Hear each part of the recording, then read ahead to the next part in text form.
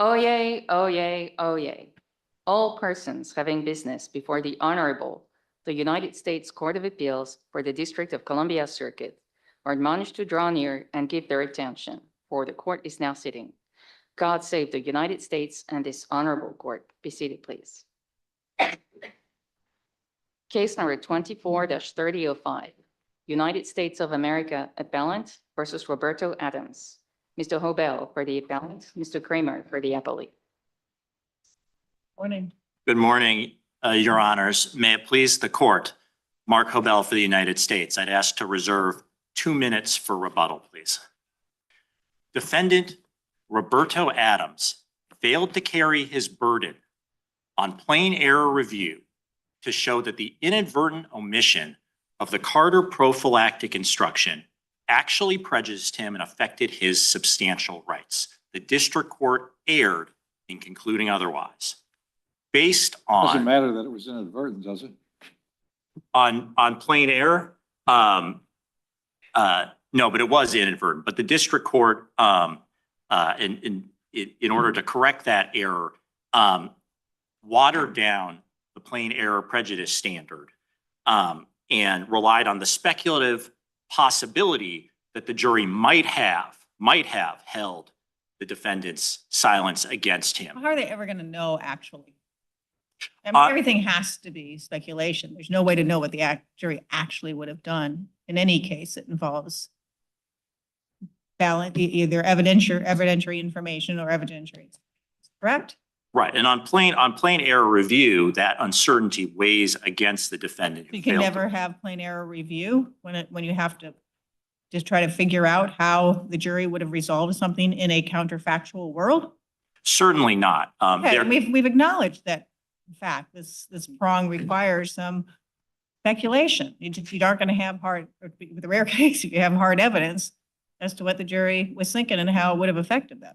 Right, and the Noye case, and I may be mispronouncing it, but the Noye case in which this court has acknowledged that the reasonable property inquiry is inherently speculative, I believe that's the language that Adams quoted, that case involved a much firmer factual foundation than the court had here. In that case, the defense attorney essentially threw away the only possible duress defense to conviction there by failing to call an expert. That was an ineffective assistance case, but the court at least had something to point to rather than the sort of inherently speculative. Didn't just go, oh, I don't know what happened. Maybe they could have. The district court went through a lot of concrete things about this case, a lot of concrete factual information, a lot of observations that he had a front row seat to. He didn't just sort of say, well, maybe. I mean, I don't understand the speculation argument. We've acknowledged that we don't know. We're looking into a black hole here. And so we look at the whole of the district court's opinion, which is very specific and very concrete about the concerns about, the weaknesses in the evidence or what a close call it could have been on the knowledge question, had a reason for why this could have impacted the deliberations on the second two counts, given the nature of given the closeness of the evidence. And so that's not raw speculation. That seems to be exactly the type of analysis that we've said it's just the nature of the beast in this area. Well, the fact that the district court cited to the record does not insulate its reasoning error. I didn't say just as they cited to the record. There were specific reasoning given here. Right. And it seemed like if we assume it's reasonable, if we conclude that it's reasonable, that it reflects the expert view that the district court judge had, and that the analysis of how, in this case, with its twists and turns on the different nature of the first and second applications, could have made the differentiation, followed up exactly on the differentiation the jury made. Right, and what in that context. Right, and what we submit is the possibility that it could have made a difference. Under the Supreme Court's holding in the United States v. Marcus, a possibility of prejudice is not enough for a defendant to carry his burden on plain error review. That's the fundamental distinction between plain error and harmless error. And as we pointed out in our brief, the district court here applied a standard that was substantially more equivalent to substantial probability of an effect on the jury verdict. That's prejudice. That's our words. That's the rules.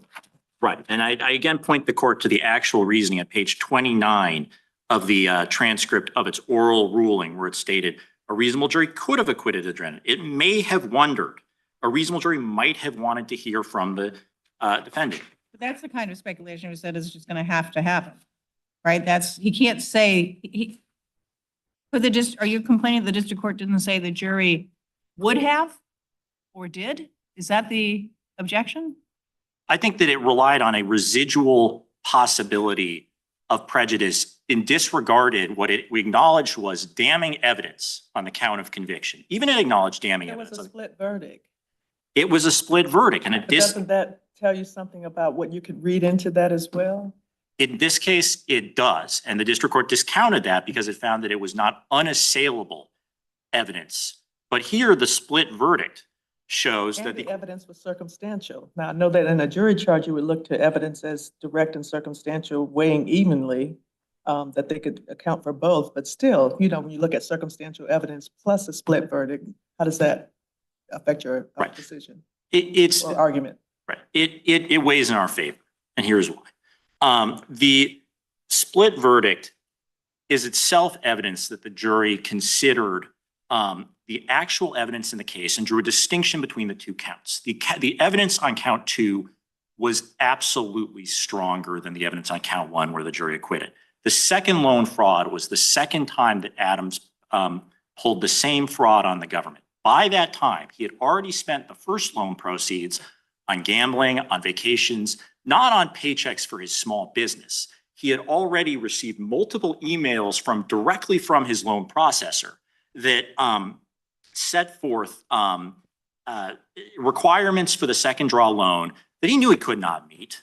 He had the same problem that he didn't see the papers that were submitted to the government. He didn't sign the papers that were submitted to the government. And so, again, for knowledge, you had the same sort of trouble or difficulty that you had for the first count, but then you had this additional evidence. But that's when the district court reasoned that, and they said, why didn't he explain himself? That could have factored into his decision. Right. And by the time of the second loan, there was just a lot more evidence such that even the government in rebuttal said to the jury, even if you don't think that even if you can't infer. You recognize that your first count was weaker. Right. But that doesn't mean that your second and third counts were so strong that the district court abused its discretion in concluding that there was prejudice here and that the fourth prong, the integrity of the proceeding, were both implicated. You didn't have overwhelming evidence on the knowledge question. You just didn't have overwhelming evidence on the knowledge question. Doesn't matter what I would think one way or the other on a jury. District court is trying to analyze it. The district courts found that we had damning evidence. I'm not sure what the distinction between damning and overwhelming is, but from the district court's perspective, because it effectively made the government disprove the possibility that the jury held the defendant's silence against him, even though there was no comment here by anybody in this case. Adams has pointed to no comment by anybody in this case that could even indirectly be seen as a comment on his silence. And that's, United States. The government, absolutely. That's to the credit of the prosecution, absolutely. Right. But in United States v. Monahan, this court noted that this is the type of case where there's no comment that even by the wildest stretch of the imagination could be seen as commenting on the defendant's silence, where this type of prophylactic instruction is likely to do the least good for the defendant. So you have Split verdict case? No, that was a case involving Catala, a split verdict case, Small, a split verdict case. Both of those cases, this court found that the split verdict demonstrated a lack of prejudice. But why would you say it would be the least likely to do any good for the defendant to offer this kind of instruction when that is an instruction that is always given? And the district court recognized their error in not giving it, particularly at the request of the defendant. Right. It's not always given. It is at the request of the defendant. So it's not generally given. I mean, if as a trial judge, you're going to put that in your own set of instructions even before a defendant asks you. That's just one of the common instructions that would be part of any criminal process. Well, no. as we cited in our brief, there are many more recent cases after Carter that say reasonable minds can differ on whether this instruction actually does good for the defendant. It's a prophylactic instruction. I do think it's. They were asking for it from the beginning, from time and time again. They didn't obviously object at the end, but they asked time and again, and there's no doubt, developing Judge Child's question, that it has to be in your instructions that. Well, if I could, that's not exactly the case, Your Honor. So the initial request came in the joint pretrial statement before there was any indication, before the decision had been made that Adams was not going to testify. In fact, throughout the trial, if anything, it seemed more likely that he would testify. At the very end, when he determined that he would not testify, and the court inadvertently omitted the instruction, and even gave the parties multiple opportunities to review the instruction, the final instructions, even told the parties, speak now or forever hold your peace if you see any errors in it. The final instructions were 20 pages, just 20 pages. Gave them an opportunity, and you can see this in the transcript, to review them. At that point in time, and perhaps it was inadvertence, the defense did not object. And even if it's inadvertent at that point, the best you can say is that when it really mattered, when the rubber hit the road, the defense did not view that instruction as so important that they were scrutinizing the 20-page jury instructions with time to see whether it was in there. So I mean, the government didn't notice either. That's right, but we're not. Not a lot easier. One of the two you would have noticed. Of course, but on plain error, the burden is on the defense to demonstrate And more than. the fact that, neither side noticed, and again, I wasn't in the room, the district court was, the district court has a sense of the pace of the trial, what was going on in everybody's heads, what could have possibly led to this mistake. The district court, I mean, we had three people here who didn't notice this error, so it's a little hard to say. I mean, obviously, it's first and foremost on the defense, but. Right. And it is a legal question. So this court does apply de novo review to the prejudice prong and plain error. And I note that although the district court. Best case for that. Orucci, the reasonable probability of a different outcome. Admittedly, that was Brady materiality, but it's substantially the same standard. It's a legal question that this court reviews de novo, and a district court, by definition, We haven't abuses been able its. to find any cases from, it's not all that often that it's the district court applying plain error in the first instance. That's right, but So, I mean, if it's de novo, but surely we have to take into account in the district court's unique capacity to evaluate prejudice, much from the live case, much easier than we can from a cold record. So how would that factor into your de novo review standard? Well, I think as Your Honor said, the district court just doesn't apply plain error that much. Who applies plain error frequently? This court. Nobody No, applies. But I understand, but I think we've Right. also been quite clear that look, the district court has a front row seat, has a capacity to evaluate the impact of evidence, the course of the litigation, the course of the trial. If you were on the other side, you'd be arguing exactly this point.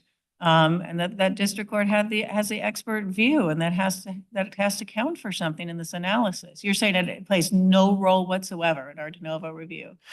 Well, I mean, that's sort of the nature of de novo review, that it's a Well, that's why I'm fresh. questioning your Right. de novo review. Right. It may be in a case in which there. Materiality is a legal concept in Brady. What we're asking here, though, is there's not like a legal error here, a fundamental legal error. I know you've argued about burden of proof and stuff, but really we're just evaluating the district court's decision here, whether it's substantiated. And, I don't know if there's many cases, if at all, where we reverse a district court just on the grounds that it misweighed the impact of an instructional error on the jury in light of the evidence of the case. I think that this court generally reviews the prejudice requirements. Brady and Strickland are the sort of more frequent examples in which this court takes a de novo review of whether there's a reasonable probability of a different outcome, which is the same standard that is applied to the district court's authority to correct an unpreserved error under Rule 52B. Who's better at evaluating what the implications of the split verdict were in this case? Us or the district court? I don't think that, I think in this case, in which it's a largely documentary case, it's not that this is based on the evaluation of the credibility of witnesses. Documents, they're all in front of both courts, and evaluating what possible inferences could be raised by those. I don't think the district court is not in a better position than this court. What is more, when it comes to plain error, again, as Your Honor pointed out earlier. That's a position the U.S. government wants to commit itself to in cases going forward as well, like where you're on the other side of where you're the appellee, that the district court has no better capacity to evaluate the ebb and flow of the trial, and the course of evidentiary submissions, the closeness of a jury verdict and how it may have worked itself out. That's the government's position. No deference whatsoever to the district court. I just want to make sure that's the U.S. government's position. With respectfully, Your Honor, I think the question before the court is narrower. No, you just made an argument about legal standard of de novo review that I understood, and tell me if I'm wrong, to be zero deference to the district court's front row seat and ability to evaluate the evidence and to understand the implications of error within the course of the trial because of that expert view. And you said, no, it's just de novo review, no deference to the district court. I'm trying to make sure that's the United States government's position. That's a legal position. That would not be just this case. That's going to be in every case going forward, even when the district court has come out on the top side of the district court's analysis. Is that the position of the U.S. government? Right, that there's de novo review to the third And prong. no deference whatsoever to the district court's ability to make judgments about the impact of error on the trial. I'm sorry if I'm not answering you, but we've taken a position here, Your Honor, which is that I'm trying to make sure I understand what that Sure, position is, because sure. you said we think it's de novo review, and I said, well, how does the district court's expert view factor in? Is your position, yes or no, zero deference to the district court's analysis in consideration of the evidence and the ebb and flow of the trial and front row seat to? I don't think that zero can, I don't think it's a binary, Your Honor. I think it's, That's normally what de novo review is, and I Right, asked that you, is- what is yeah. the role for the Right, district court's expertise? And I was hearing none from Right, you, but if there's right. a role, let me know. I don't think it is a binary in the sense that de novo review means this court takes a fresh look and exercises independent judgment. The court, of course, can give the district court's views and its ruling as much weight as it deserves. And it may be, in certain cases, it may be entitled to a great deal of weight. But in this case, in which the court did painstakingly lay out its reasoning, and its reasoning was flawed because it was based on the mere possibility of prejudice, the mere possibility that the jury held and drew an inference based on the defendant's decision not to testify when there was no suggestion whatsoever made in this case that it should do so. This is not that case where the district court's reasoning is entitled to that type of weight. And then go to structural error versus us looking at this under Rule 52B.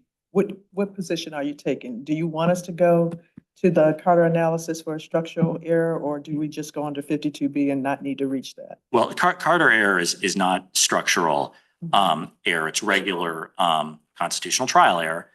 I think the clearest indication of that is the fact that error under Griffin v. California, which can be a judge's direct comment in its instructions on a defendant's decision not to testify, is not structural error. That's Chapman v. California. So if and the Carter instruction is kind of a prophylactic instruction for Griffin's prophylactic instruction. So it just stands to reason and logic that Carter error is not structural. I'd note too that, as we addressed in our reply brief, and I can just point this point briefly, Rule 52B applies to structural errors as well, but Carter error is not structural here. It's ordinary trial error. There's no need to reach that point. So I see I'm well out of time. So we would ask this court to reverse the new trial. Thank you so much. We'll give you your 2 minutes to vote. Thank you.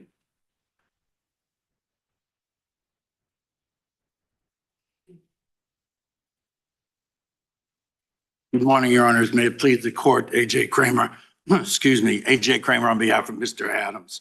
Your Honors, the government has argued this case as if you're applying plain error to the situation.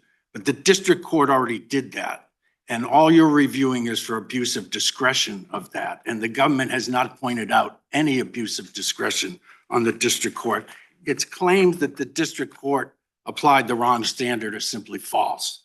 The last thing the district court said, one of the last things the district court said, had the court given the instruction, there is a reasonable probability that the jury would have been less willing to take the inferential steps required to convict Leaps and would have acquitted the defendant. That is exactly the correct test on error, like plain error like this, on prejudice.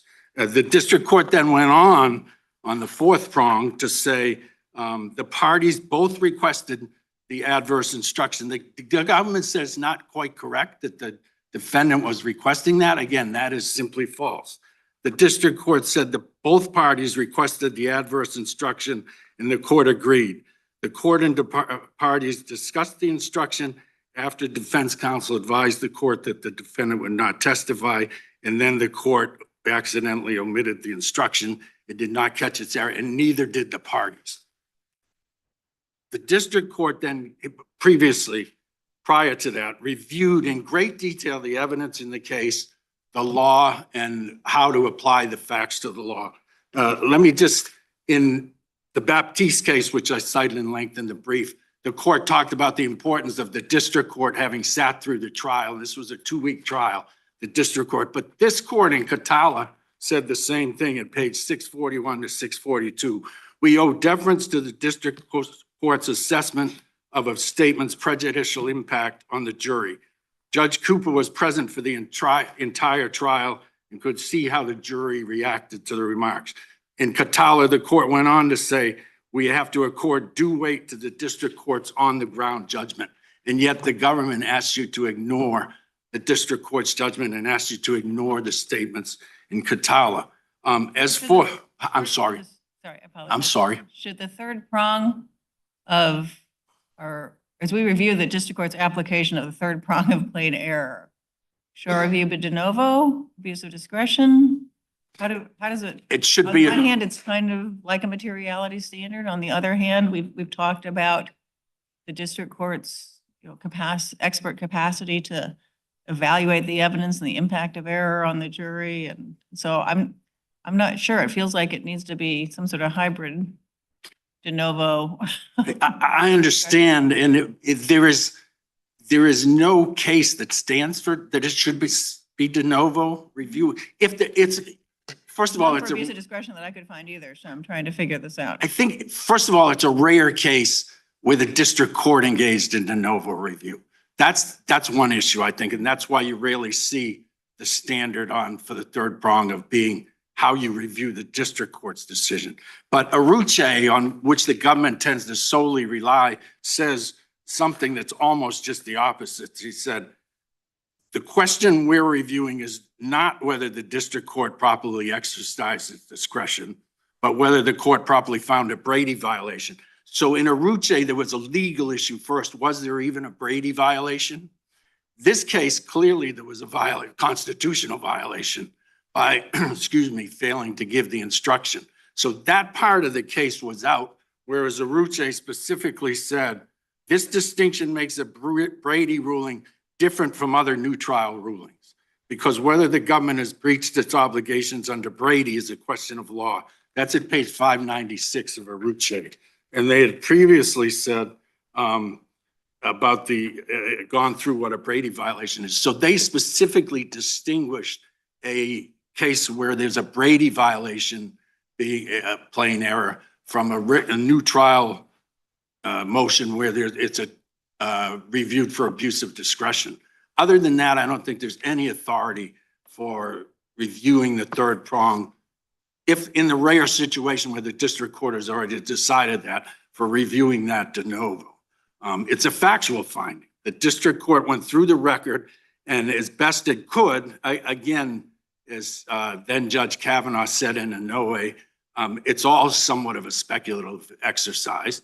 But the district court in this case went through the facts at great length, as in the Baptiste case, and reviewed them with respect to how it affected the jury. And the Supreme Court has been much more definitive about the instruction on a defendant's failure to testify.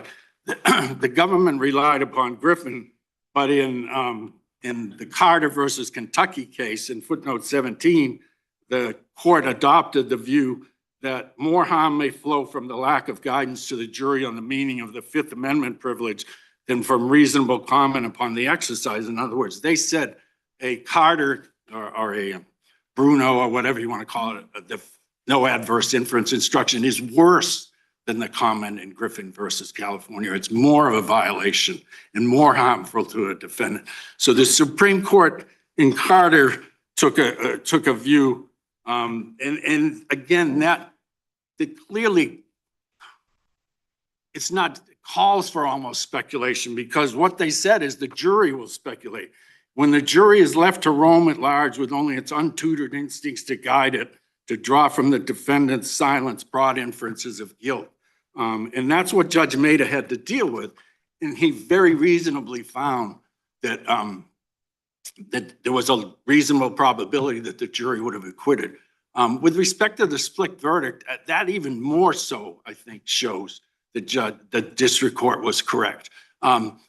You can view a split verdict one of two ways. You can view it that maybe with that the jury did go through the evidence in particular, but the problem is, and especially when the Supreme Court has talked about the importance of this instruction, you can also view it in a much more direct way that the jury acquitted. The evidence was so weak on the first count that the jury acquitted Mr. Adams. And yes, it was stronger on the second two counts. But if that instruction had been given, as Judge Maida found, there was a reasonable probability they would have acquitted on that too. You can view the lack of unanimity both ways. And in this case, Judge Maida went through the evidence in great specificity to show why that there was a reasonable probability that the jury would have acquitted. So what do we do in reviewing plain error, not harmless error, with the other instructions that were given to the jury, including that Adams did not have to prove his innocence at all or produce any evidence? I get that it's not, those other instructions are not a sufficient substitute up front if a defendant asks for the instruction. So that's well settled. But in analyzing the plain error prong, prejudice prong, or maybe even the fourth prong, the integrity of the proceedings, do we look at all at what the other instructions covered? well, if the Supreme Court, I mean, I don't want to repeat what Your Honor just said, but the Supreme Court has been quite clear that instruction on the presumption of innocence, on the jury needs to follow the evidence, none of that is a substitute for this instruction. No, so there's error. There's error not to giving it. I'm stipulating that. But now in evaluating the consequences of that, I think the Supreme Court was saying there, no, you got to do it. It'll be error not to do it. You can't just say I did these other things. But given that we have error here, unfortunately, does that not temper the prejudice? No, because that what they said was that those instructions don't ameliorate the error in any respect. That error is still there. It's not been ameliorated at all by the other instructions. They could not have been clearer, I think.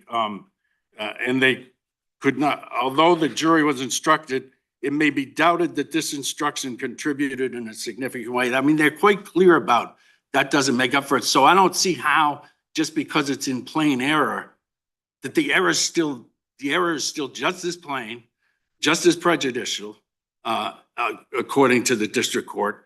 And the fact these other instructions played no role in any kind of lessening of that prejudice. So I don't see how that, and by the way, the government could have rendered this whole thing moot by object. They had the exact same opportunity to point out to the district court that the instruction had been inadvertently admitted. And if they had done that, we wouldn't even be here arguing this. He would have either been this issue, he would have either been acquitted or convicted. But this issue would not be before you if the government had just stood up and told the district court judge that the instruction had been omitted in the various translations of it going back and forth. with the parties. So the notion that Mr. Adams' lawyer played any role in this is just not correct. And it was, first of all, it was never raised in the district court. It was raised in the first time on appeal, as the government admits in its brief. And second of all, the district court found just the opposite, that it was inadvertent on all parties. The district court had found, I Sorry. take the district court did not find it here, but if a district court did think it was gamesmanship, but otherwise everything's the same, how would that factor in? Would it go into the fourth prong then? I think it would go to the fourth prong. I don't see how it would go to prejudice, perhaps a different result. And by the way, I think a different result is one jury. A hung jury is a different result than a convicting jury, but as an aside, or I mean, as a direct argument, but hadn't been mentioned, but I think it would go to the integrity, fairness. It certainly seems to me that it could have impacted the fairness prong if a lawyer purposely doesn't object. But by the way, the Supreme Court addressed that scenario in Rosales-Morales, 585 U.S. at 144 to 45. It said, it is hard to imagine the defense counsel would deliberately forego objection now to a plain error that would subject her client to a higher guidelines range than was guidelines because counsel perceives some slightly expanded chance to argue for plain error. I mean, a lawyer is not going to sit there and let this instruction not be given when they've asked for it numerous times on the hope that on appeal that they'll prevail on plain error, that the instruction was not a much higher standard. Whereas if all they had to do was object to the district court and it would have been given, just like if the government had pointed out to the district court, the instruction would have been given. So I think it would have, if there was gamesmanship, which was not in this case, and it was never raised in the district court and the defense lawyer was not given a chance to respond to any such claim. But if it was, I could see that the court, as it did in the Gaines case, that it could be a different circuit, and I'm sorry, I don't remember which one, but that it could affect the whole fairness, the fourth prong. I could see that argument being made. I'm not going to argue it. I'm sorry, I'm not going to argue it, but I do think the structural error argument is proper, but I think the court can decide it on the much easier ground of affirming that the district court did not abuse its discretion. Thank you. Thank you. Thank you very much, Councilman. Mr. Habel, we'll give you 2 minutes. Thank you. Thank you, Your Honor. So just to be brief and respond to a few points that Mr. Kramer made. First, the standard is not reasonable probability that one juror would have hung the jury. The standard from Greer v. United States, the Supreme Court case, is a reasonable probability that the jury would have acquitted the defendant on plain error review. That's the standard. With respect to deference to the district court here, Mr. Kramer pointed out this was a 2-week trial. I'm not sure that was correct. It was essentially 3 or 4 days of testimony, most of it documentary. This is not a lengthy case. I think he was referring to the case he was quoting. I'm sorry, Your I Honor. think the 2 weeks was referring to another case, the one he was quoting, not this case. Oh, I'm sorry if I was confused, but certainly this case was not 2 weeks. It was 3 or 4 days. several days of testimony. With respect to abuse of discretion versus de novo review of plain error and how that cashes out, Rucci is clear that it may not make so much of a difference because a district court abuses its discretion by definition when it makes an error of law. Here, the district court made an error of law by misapplying in multiple ways the prejudice prong of plain error. And so in this case, whether it cashes out as was quite explicit that it was applying the reasonable probability standard. It did, but as we've noted, that does not insulate its actual reasoning and some multiple legal errors it made, such as holding the government or holding, I guess, the government to a higher burden because the error was constitutional in nature. That's a hallmark of harmless error review, not a plain error. Plain error review, ordinary plain error review for constitutional The errors. district court can't factor in the constitutional magnitude of the error at all in its plain error analysis? That would go to prong 4, Your Honor. That at that point, but even at prong 4, serious constitutional error doesn't axiomatically suggests that. No one thinks the district court did anything axiomatically here. It was Mhm. clearly all the relevant circumstances analysis. Right. Sorry, I know your time's almost up. I didn't know if you had any quick thoughts on the structural error point, or are you resting on the brief as is the defendant? My understanding from Mr. Kramer was he was not arguing that further, so I did not intend to. Okay, so we would ask this court to reverse the new trial grant. Thank you, Your Honors. Thank you so much, counsel. The case is submitted.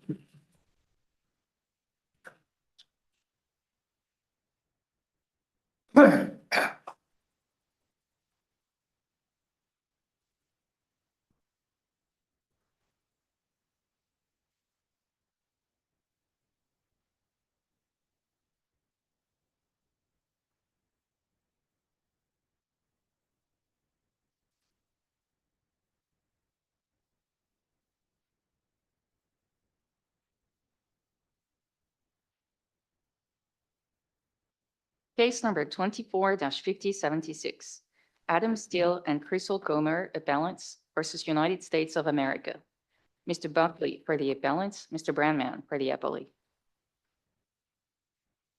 Good morning. Morning. Appreciate the opportunity to be here today. I'd like to say a few things at the start. Everything I say here will be of my thoughts and my opinion, and my opinions. I know you're going to have questions, but I would like to point out that, You're advocating for your clients here. excuse me, Just trying to clarify how you're, when you say your opinions, you are here making arguments on behalf of your clients, correct? yes, Okay. but we may get into tangential matters that might call for me to give my opinion on something. The matter is complex. I'm dealing with various adverse parties at the same time. I hope that's apparent from my briefs. I think in my briefs, I've made clear where I stand on the issues, and I know you have questions, but I would like to point out several months ago, a Pennsylvania CPA contacted me, told me he's been penalized $2,900 by the IRS for not placing a renewed PTIN on his returns that he's prepared for clients. He put his PTIN on the returns, and your PTIN does not change. And the statute does not allow the IRS to demand annual filings for PTINs. And I've been fighting this for going on 14 years, and I will continue to fight it as long as I can, because it's an injustice that is sickening, that the IRS won't back down and the Department of Justice won't get them to stand down, because there is no statutory basis whatsoever for what is going on here. Turning to, On the claim splitting issue, what facts in your amended complaint that is before us, the one that the district court dismissed, are the facts in that materially different than the facts in the Steele 1 complaint? no, Are they the same? the same.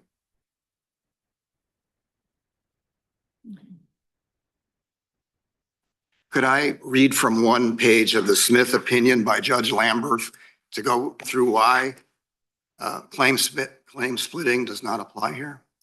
First of all, I'd like to say the Hellerstedt case, in my opinion, is the law that overrides all of this. And if you've read my briefs, there were two claims in there. There was a Under two different statutory provisions. right, but drawn from the Are same. you- Are you relying, I understand that, but different statutory provisions and implications at different stages of the litigation. Do your arguments come from two different statutory provisions? Not my arguments. In this case, the IRS, Your claims come from two different statutory. from three, provisions. from three. Different statutory. Yes.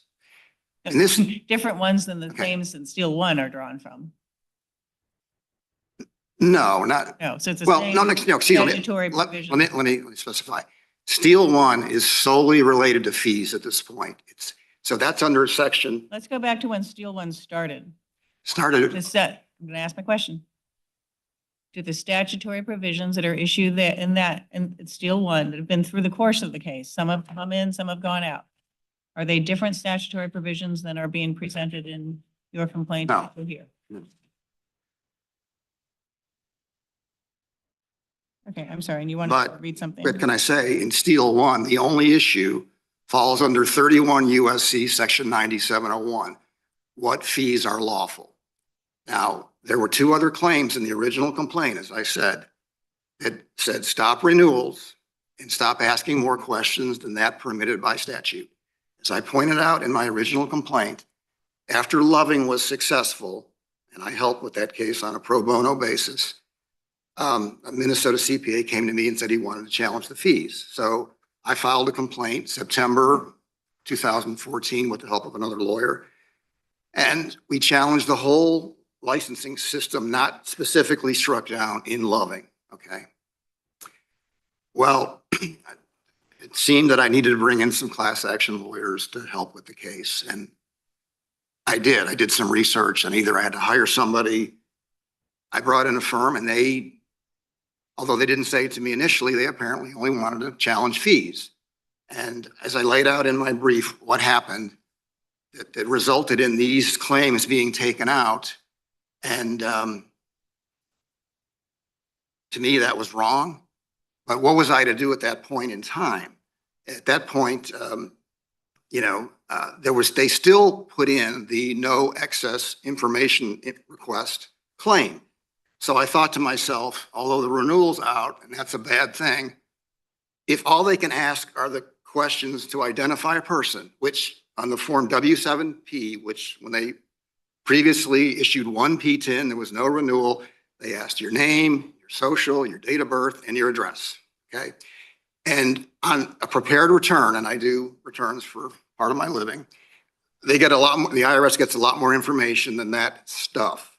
So if that claim had been successful, I'm pretty certain the renewals would have stopped because they don't need to get your name, date of birth, social, and address when they get more than that from what you put on the return. You put on your name, your PTIN, your address, your firm name, et cetera. I've got it all in my briefs. So, but as far as, so I think Hellerstedt is the law. And I think under Hellerstedt, these claims, which are distinct from the fees, these claims fall under 6109 of the Internal Revenue Code and or 31 USC 330. They're not fee claims. But let's say claim splitting still applies. This is Judge Lambert's 2019 opinion, and he goes through the various, I'll just do this briefly, the various preceding cases, and he says, he announces the Clayton case would be precluded under res judicata analysis if the first suit was already final. Well, if the class action was final, these claims will not be resolved because they are not covered in that case. All that's in that case are fees. Class action case is not final. I know, but the only issue remaining is the amount of fees. But the class action is not final, so it's a. But if it was final, these issues would not be resolved. They would not be res judicata. That's the point from this Clayton case. But why couldn't the claims have been brought in that first action? It sounds like it was a strategic decision not to bring them. In this case, the decision was to put them in. I explained in my brief. Steele won the first, the judge is talking about Steele won the first case. They were in the original complaint. They were. Okay. I brought in this class action firm to help me. They wanted to just challenge fees. I understand, but when that case becomes final, it will be res judicata as to all claims. No, it will not. It will be res judicata as to fees only. No, that's not how res judicata works. It's claims that were or could have been raised in the initial litigation. And they certainly could have been raised there because in fact, they originally were raised there. So that's not how. That's just how res judicata. That's not how I read Hellerstedt. Otherwise, res judicata is no protection against people serial litigating. But I think the whole point of Hellerstedt was if you have statutes coming out of an originating act that have different provisions in them, you don't have to challenge all at once. And you wouldn't have standing in a lot of cases to challenge things that you're not negatively impacted by. And so. There's no standing question here. No, there's no standing question here. But so I disagree on res judicata respectfully. I think that this Hellerstedt case says, and unlike Hellerstedt, where the statutes were drawn from the same act, these were drawn by the IRS in publication 4832 from three separate statutes, okay? The fee statute is 31 USC 9701. The licensing statute was 31 USC 330. And the ID requirement was 26 USC section 6109, all right? So I have a stronger case than Hellerstedt, which I believe is the law. And going on to Judge Lambert's opinion, he says, you know, but still other courts in this district have declined to dismiss a second action under claim splitting where the court previously precluded the plaintiff from adding the claims and defendants in the prior suit. Well, I tried to add these claims back in 2020, as I pointed out in my briefs, after this court ruled that there could be charges for P10 issuance and renewal. And thus I said to my co-counsel, if there's no renewal and the statute doesn't provide for renewal, they can't charge renewal fees. So let's challenge this renewal aspect. They didn't want to. They didn't want to. So I had to go, as you know, the district court will say, I had to go rogue and do it on my own because I've got to represent these people who hired me. They hired me individually, and I was, for my contract with them, I had the right to bring in other firms to help me. So I brought in this firm to help me, not to take control, not to take claims out of the original complaint. And they never said at the beginning, we want to take out these claims that are in this original complaint. And my contracts with them don't say anything about that. So when I went through this process of when we had to amend the complaint in 2015, I said, keep this stuff in. I explained exactly what happened. And I've got the written proof right here of what I said to them. I mean, so anyways, but in any event, if the district court had handled the excess questioning claim, which the government never questioned, was still in the complaint, because we argued it in 2022 in summary judgment briefs, because everyone understood that that issue was ongoing. And the judge or whoever's behind the curtain there at the district court, I don't know who's deciding these cases, calling me class counsel in exile, but I don't think it's an 80-year-old district court. I'm sorry, Judge. But Okay, I don't think we're going to go there. okay, I think your time, I yeah. think your time now is up, but we will give you a couple Thank of you. minutes for a rebuttal. Thank you. Appreciate it.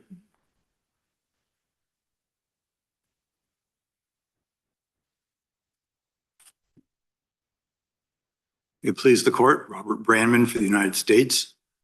I'm not sure I have a whole lot to add. I feel like Mr. Buckley has made the government's case pretty well. You've made a jurisdictional bar argument about the content of the questioning under 44 USC 3507 D1.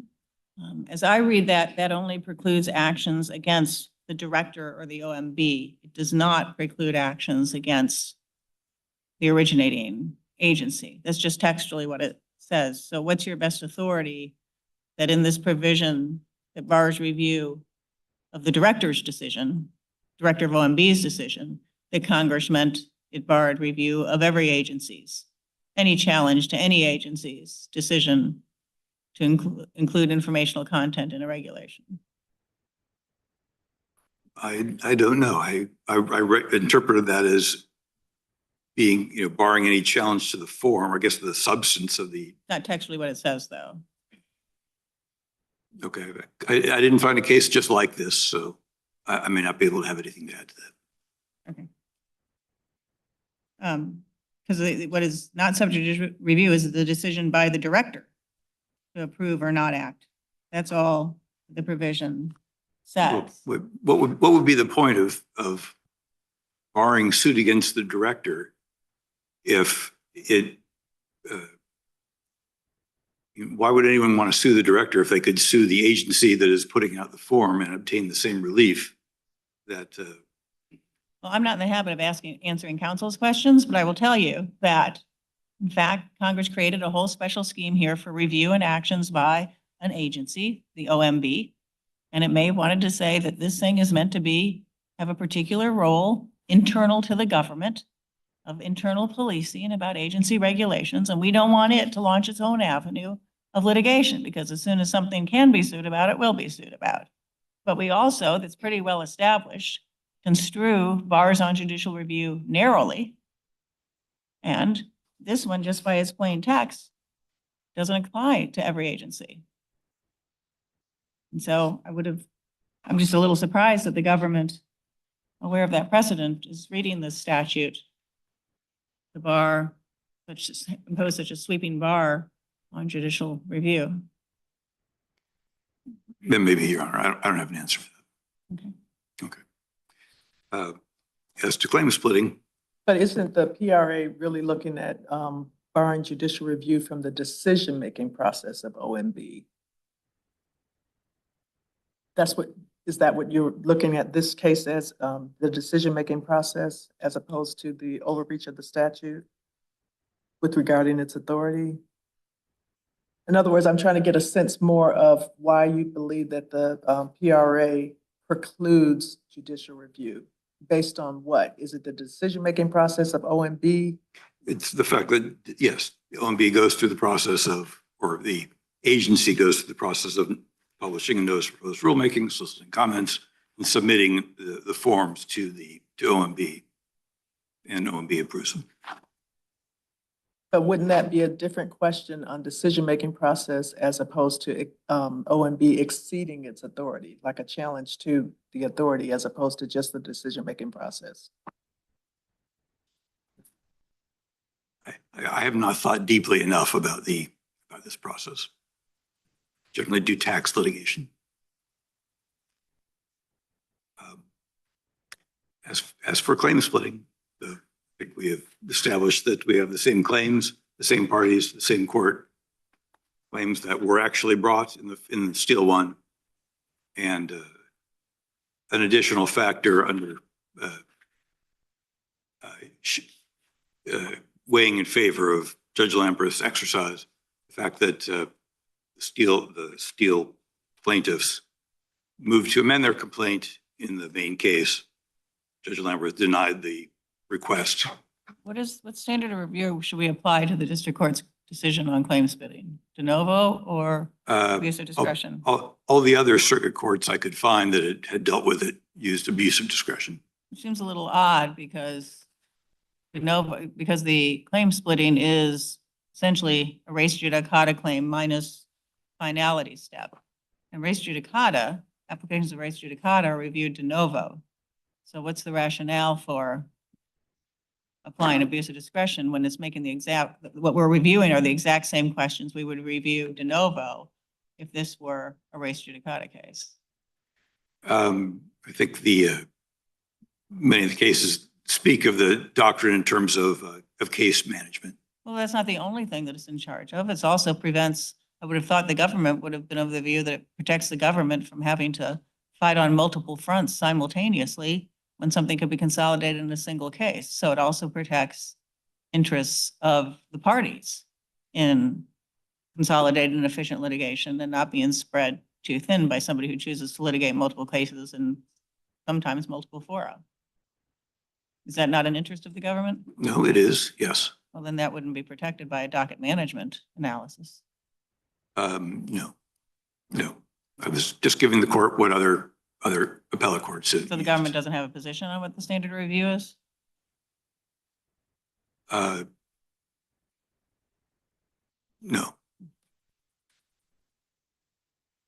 But I did want to finish my last point was that Judge Lamberth denied a motion to amend the complaint, presumably explaining that there had been prejudice to the United States through an undue delay causing prejudice and futility. And the new complaint is a sort of end run around Judge Lamberth's denial of that motion. If there are no more questions, I'll close. Thank you very much, Counselor. Thank you. Mr. Buckley, we'll give you 2 minutes. I just would like to say that Sorry, just wait till you're at the podium to start speaking, please. I don't agree that these are the same claims that exist in Steele 1, the class action. The only claim that exists there now are whether the fees are excessive. That's the only remaining issue because the judge said that we did not bring the excess questioning claim in Steele 1, but I firmly disagree with that. I think the Department of Justice's lawyers would disagree if asked because they briefed the entire issue and never raised that claim. They never said this wasn't in the complaint because everybody knew it was. And so that shocked everybody in early 2023 when the district court said the issue is not in this case. And so at that point, I decided, what else can you do if the court won't rule on it when you need it ruled upon, and I also wanted to get the renewal issue handled, although if that issue alone is handled, like I said earlier, I think renewal stops because they get a lot more information on our prepared returns than they do from a form that provides your name, your social, your date of birth, and your address. So as I read the Smith case that Judge Lambert issued the opinion on, he cited 3 different cases. Can I finish real quick with that? Well, you got 28 seconds. Okay. So as again, he said that the issue would have to be res judicata when the other case is finished. I don't think it will be because all is being handled there is fees, not these other 2 issues. He said, yet regardless of whether they apply the rule in a given case, all seem to agree that courts can discretionally dismiss claims for subsequent actions for claim splitting if the claims may still be advanced in the first action. They may not be because the court will not allow it. Thank you. Thank you very much to both counsel. The case is submitted.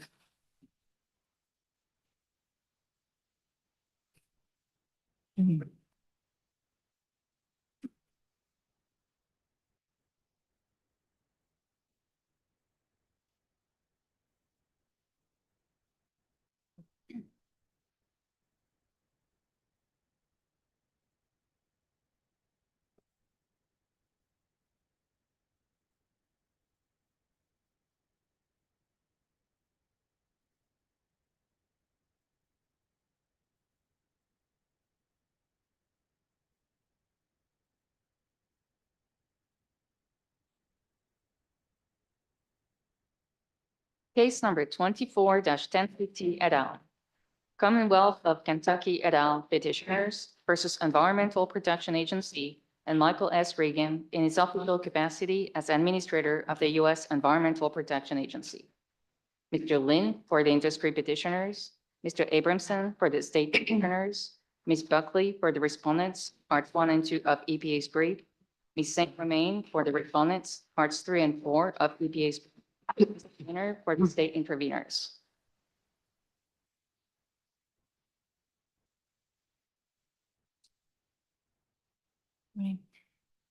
Good morning. It may please the court.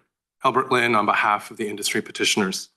I'm sharing time today with Mr. Abrahamson from the Kentucky AG's office, but only I plan to do rebuttal for our side, and I hope to reserve 3 minutes for that purpose. With my opening time, I'd like to focus on the question of EPA's authority and begin with some important table setting. Specifically, I think the briefing has both sharpened and narrowed the dispute over EPA's authority. Although there was substantial briefing over the first sentence of 109D1, and particularly the meaning of the word appropriate, everyone agrees that is not before this court. EPA has acknowledged that this action was not premised on any authority granted by that sentence, and thus cannot and does not seek to defend the action on that ground. What remains is EPA's claim that it has either implicit authority or authority granted by the second sentence of 109D1 to reconsider a NAAQS determination without conducting a thorough review, it's a quote, of the air quality criteria, or frankly, any review at all. That's at page 42 of their brief, in its discretion at any time. Among other problems, we think that claimed authority, which EPA itself admits is a question of first impression, simply does not exist. Now, if I could start first, I'd start with the claim that EPA has implicit authority to reconsider NAAQS decisions. As a threshold matter, it's not clear to us that EPA is really relying on this authority. It says a number of times in its brief that it is relying on the second sentence, the authority of the second sentence of section 109D1. And I think that's because, as this court has explained in a series of cases, Congress can displace an agency's implicit reconsideration authority, and it can do that where Congress creates a statutory mechanism capable of rectifying a mistaken action or sufficient to that task. That's the American method. Well, you seem to, well, obviously over this 5-year cycle, there's a thorough review required. Yes, Your Honor. You agree with that? And then you seem to agree that EPA can conduct an off-cycle review. You just disagree with how it is to come to that determination? That is correct, Your Honor. Okay, Yes. but think about it this way too. Under your theory, you believe the off-cycle review has to have a thorough review? Correct, Your Honor. Yes. Okay, but if you already have to go through almost 5 years of conducting a thorough review just to potentially set a new standard, And then you're also going to say that on an off-cycle review, you need a thorough review. That timing issue doesn't seem to really work out because it already takes so many years just to get to the new standard. I understand, Your Honor. I think there's a practical question of how long a thorough review may or may not take. I mean, let's say it took 2 years. You could do an off-cycle review that takes another 2 years, and then you could pick up, another 5-year Never one happened in history. afterwards. Has it ever They've been- often been slower than 5 Have years. they ever been? Not that I'm aware of, Your Honor. So that's not a realistic reading. But I- Textual, and I'm not. Yeah, yes, Your Honor, but I do think that that's what the text requires. I think that's what Congress had in mind. I mean, if we go to the What does the second, second sentence in 7409B1 mean? I think everyone agrees there that that's the one about the manner, Your Honor. I think everyone agrees that's about requiring notice and comment. EPA says that itself. But it certainly says it can be revised. Yes, Your Honor. Same manner as promulgated. Yes, Your How is it Honor. Promulgated, notice and comment rulemaking? Yes, notice and, That certainly happened here. yes, and we're not contesting that there was no notice and comment. Right, so the revision of the standards here fully comported with 7409B1. With the requirements of 109B1, yes. But as EPA says on their That brief, doesn't require anything like thorough or anything else for revisions. It's just the same, it's talking about the manner, what you have to do when you're revising these primary NAC standards here. correct, Your Honor, It doesn't say yes. thorough, No, it doesn't. it just says same manner, which was complied with. So why isn't that the end of the story? Because we believe that, and I think EPA agrees with that is an additional requirement. So I think they don't look to that provision for authority because I think they agree with us, if you look at page 34 of their brief, that is about a notice and comment requirement. It does not grant them the discretion they're looking for. They haven't argued that provision is what gives them the authority. They say what gives them the authority is the second sentence of 109D1. Again, I think the reason for that is Well, just they, want to understand one thing. So D1 did not come in, was not in the statute originally. It came in correct, Your Honor. 77 or 79, right? Yes. Okay. So between 70 and, sorry, is it 79 or 77? My brain's not remembering which year the D1 came in. I don't remember either, Your Honor. I'm sorry. So it's like 77. Okay. So prior to that time, did they have no authority? They could revise at any time. Yes, Your Honor. Frame. I think, well, so they have the implicit authority to No, reconsider. I'm under B1. So prior to 77 Yes. amendment, when D1 comes in, Yes, they had the obligation to promulgate for our present purposes primary NACs. And they had the authority to revise them at any time, as long as they did it in the same manner, notice and comment rulemaking. That's correct? yes, Your Honor. So if this were a 1976 case, what they did here would be perfectly lawful. I think in the period between that we're talking about before 109D1 came in, they would have had the implicit authority to reconsider. You keep saying implicit, it's explicit, it's right here. They may be revised as long as done in this manner. That's not implicit, that's explicit in the statutory text of B1. I'm not articulating between B and D. Let me know. B is in boy 1. Of course, Your Honor. Okay. So I guess I would give you, Is that right? So for 1976, this would all be perfectly lawful. if it were 1976, this would be fine because they did Under notice, B1. Okay. they did notice and comment. So what in D1 tells us that it was taking away that authority from B1? Because that's not normally how we read subsequent legislation. Well, I think there's two answers to that, Your Honor. And the first one is that I think, again, I don't think EPA, that's the way EPA reads it. I Well, think, we're told, it doesn't matter how they read statutes anymore. So I agree. From my viewpoint. That is correct, Your Honor, but they are still bound by Chenery.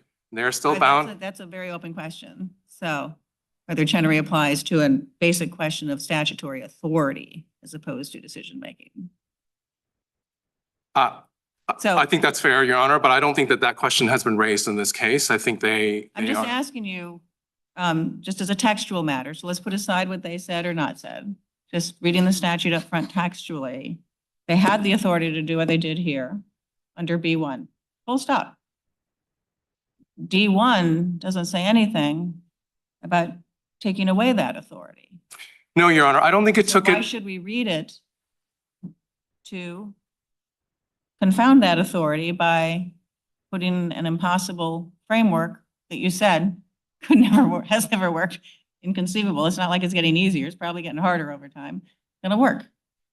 Your Honor, I guess. And there's nothing in the text that tells me about that. Yes, Your Honor. And so my second answer, other than Chenery, is I would say, we don't read 109D1 as taking away what B was referring to. I think it adds additional requirements. Why? It doesn't, I mean, this is your argument from your reply brief that the second sentence doesn't talk about standards other than new standards. It doesn't talk about revising standards. It talks about revising criteria. And of course, when you revise criteria, you would then go to B1 to revise the standards, would you not? I mean, this was your argument in your reply brief that the second sentence that they're relying on doesn't talk about revising standards. That is correct, Your Honor. Okay, Yes, so it doesn't. Then, so it can't be altering the authority to revise standards under B1. Well, the way we read the second sentence is that it is not an independent grant of authority, that it is tied to the first sentence of 109D1, and that grant of the ability to revise more often than every 5 years incorporates all the requirements and powers that are discussed in the first sentence of 109D1. So I think, let me yes, make Your sure I Honor. understand how this works as you were explaining.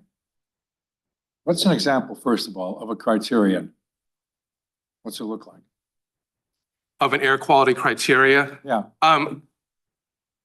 The way EPA explains it is it's a document that talks about the scientific studies and Okay, that's good enough. yes, And from that, they derive a standard that they deem sufficient to meet the statutory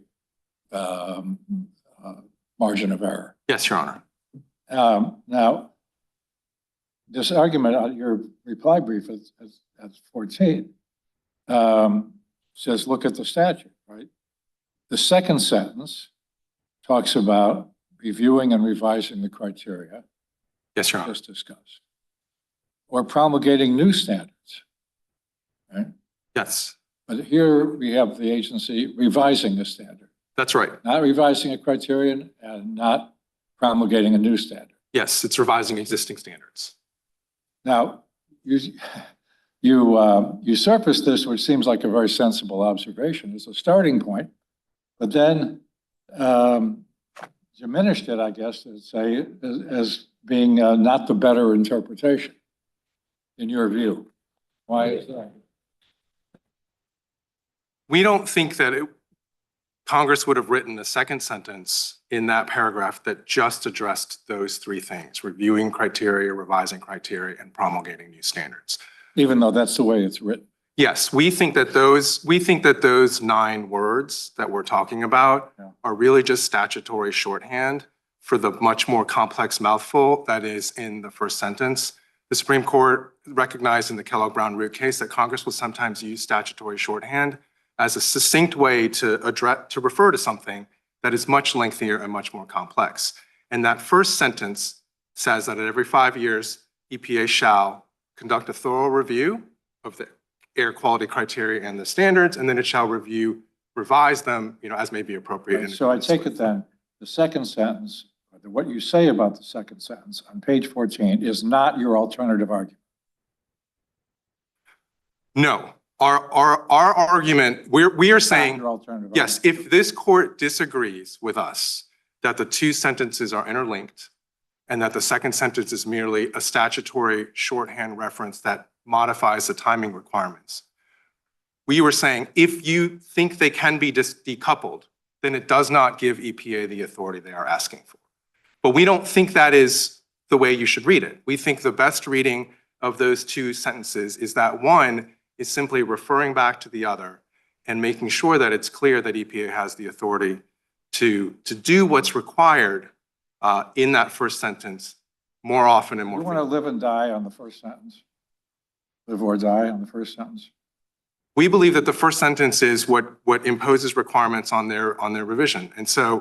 And we think the question before this court, which is what EPA has said, is do they have independent authority granted by the second sentence of 109D1? That is the only basis on which they have defended their rule.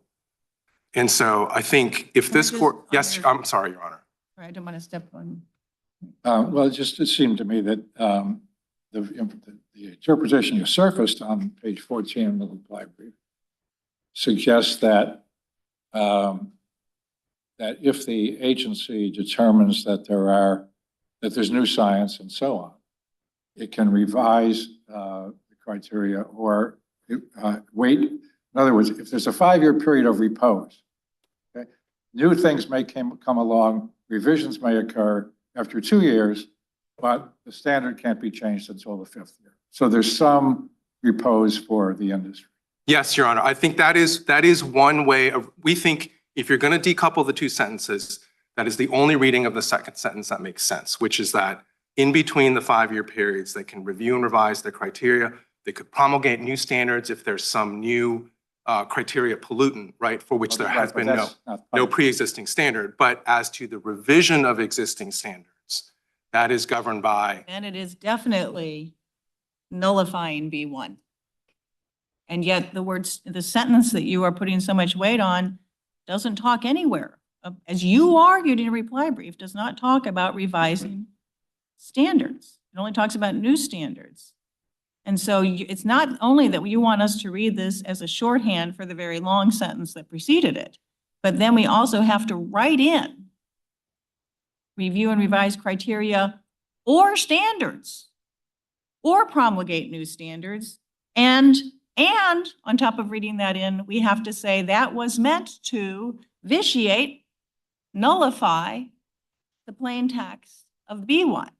I mean, there was no reason to put standards in the second revision of standards there because they already had that authority under B1, but they needed to have the ability to look at the criteria. And then once they've found criteria, if they found that suddenly something is toxic and killing people, and they need to address it right away, the notion they have to sit around waiting 3 years because Congress somehow implicitly nullified the authority to act and revise standards under B1 seems quite an extraordinary statutory interpretation exercise. here's my answer to B1, Your Honor. I don't read B1 as a grant of the authority to revise. I think it is imposing a requirement on the manner in which the revision can Okay, occur. why would you prescribe why in 1970 would they say how they can revise them if they couldn't revise them? I think the revision authority was implicit. What, As this court I has, don't, may be revised. And here's how. Why is that not the better reading of the sentence? I don't understand why they would have an explicit condition on an implicit authority. And if I read may be revised as they may be revised, and here's how.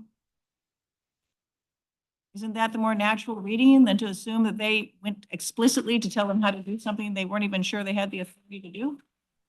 I don't think so, Your Honor. I mean, so if I could take a step back again, I think Congress understood that EPA has the authority to revisit what it has done before. I think this court recognized that. That's in the implicit authority cases that I've discussed, American Methanol, New Jersey. So I think Congress recognized that in promulgating NAAQS standards, EPA could revise them. I think what it was saying in 109B, one is it says they may be revised in this manner. I think it's just talking about the manner in which that can be done, and it is requiring the same manner, which is the notice and comment that was prescribed But if in you go to 109. 109D1 and look at the last sentence, the administrator may review and revise criteria or promulgate new standards earlier or more frequently than required under this paragraph. You're not giving any context to timing. Well, I think, I'm sorry if I'm not understanding your question, Your Honor. I think the earlier, more frequently in the second sentence of 109D1 is referring to the 5-year intervals that are discussed in the first sentence of 109D1. I think everyone agrees on that. But, okay, but it says review and revise in that last sentence. Yes, it is talking about reviewing and revise. It says review and revise criteria or promulgate new standards. And so, as I was discussing with Judge Ginsburg, I think there's two But the potential point of- ways. But the point of revising the criteria is to promulgate essentially a new standard or revise the standard. Yes, Your Honor, except, so I think there's two ways to read that second sentence, right? The first is that it is, I think as we contend, it is a shorthand in reference to all the stuff that's discussed in the first sentence. That first sentence talks about 4 potential actions: the review of criteria, the revision of criteria, the revision of standards, and promulgating new standards. 4 things, right? Reviewing criteria, revising existing standards, and promulgating new standards. So one way to read the second. Promulgating a standard is based on criteria. Yes, Your Honor. Okay, so you're skipping over when you say revision of standard without looking at the criteria. No, Your Honor, I'm sorry. I'm just trying to parse whether the two are focused on the text of the second sentence, because I think there's 2 ways to read the 2 sentences in 109B1. One is that they are coupled, and one is that they are decoupled. EPA's position is that they are decoupled. Our position is that they are coupled. I think the reason, and what I'm trying to get at is, when you look at the first sentence, it talks about 4 potential actions: reviewing criteria, revising criteria, reviewing existing standards, and promulgating new standards. As I was discussing with Judge Ginsburg, the second sentence only talks about 3 of those things: reviewing criteria, revising criteria, and promulgating new standards. And so one way to read those 2 sentences is that they are independent and they're not coupled together. If that's true, the second sentence only grants authority to do 3 things: review criteria, revise criteria, and promulgate new standards. If you're taking a strict textual interpretation, which is what the EPA wants to do, you are stuck with just those 3 actions in the second sentence. Which makes perfect sense because there's already a separate statutory authority in the same section for revising the standards. Your Honor, if you read 109B1 as granting the authority to revise, I think when Congress legislates, they understand that the agency has the ability to revise what they have done previously. And I think all 109B1 was doing is dictating the manner in which that revision may be done, not granting the authority, because I think the authority was present as an implicit matter. And I think all it was doing in 109B1 was Couldn't saying, be present. I mean, this is the original statute, 1970. There wouldn't have been any implicit at the time Congress wrote this sentence. This was creating the authority. May be revised. May be revised. yes, but Your Honor, I think, every What case. is your best case that language like this, that something may be done in a manner, is only explicit as to the manner, but implicit to whether it may be done at all? I don't have a case for you, Your Honor. What I A have, grammatical example in plain English in which may be revised in a manner, or maybe pick your other verb in a manner, doesn't give you both the authority to do the thing that you may do, as well as telling you how to do it. well, I think the best textual answer to you, Your Honor, would be that you would say may be revised and done so in this manner. I think the fact that there is. We just don't ding Congress for not putting more words in because those are unneeded words. Maybe revised in a manner. Right? My 2 best answers for you, Your Honor, are 1, that is not the authority that EPA has claimed My here. car may be repaired. I tell the auto mechanic, my car may be repaired in the same manner it was originally designed. And I leave my car. That does not mean they have to sit around wondering if they can actually repair the car. Your Honor, I think again, it starts from what is the premise that we're starting from? Did EPA have authority to revise as an Standard. implicit matter or not? And I think. No. I'm sorry. I don't think maybe I'm just clearly misunderstanding something here. I'm starting from 1970, the original statute, which has not been amended. And if I'm reading it as explicitly granting them the authority to revise standards. And it's the only way to explain why in D1, they left, you said there's 4 things in the first sentence, 3 in the second. Which one did they leave out? Revised standards, Revision. which is already addressed here. And It makes perfect sense with the purpose of the statute. As Judge Childs was saying, imagine they're able to revise the criteria as thoroughly as you want, and they discover suddenly a new toxic pollutant that is killing people. And your reading of this statute that you propose, despite its public health animating force, would be that EPA would have to sit around wringing its hands for 2 or 3 years going, this is horrible, there's nothing we can do, because we can't yet revise the standard.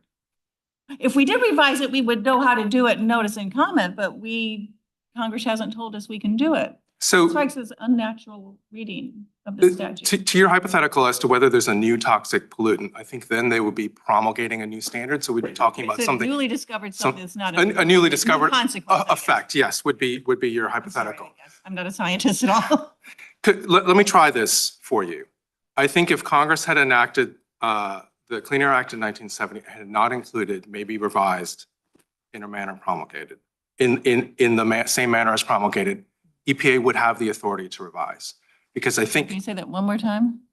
let's If they hadn't say, had the second. let's say we strike that sentence that you and I have been discussing, maybe revised in the same manner as promulgated. Mhm. If that was not there, Mhm. EPA would still have the authority to revise existing standards.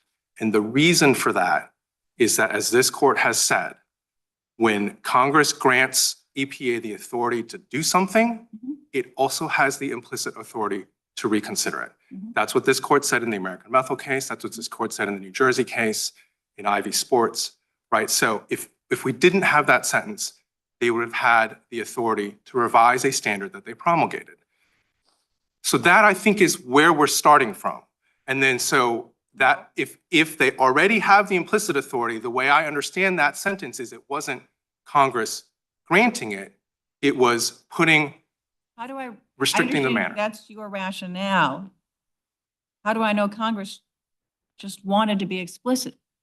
Sometimes Congress, it is not uncommon to find in the US Code, say Congress granting authorities, giving powers that agencies would implicitly have. Right? Yes, Your Happens Honor, all the yes, time. yes, right. No, Congress is And not so we got words here. always particularly It's the only clear. thing that explains why they didn't bother to put revised standard up here in D1.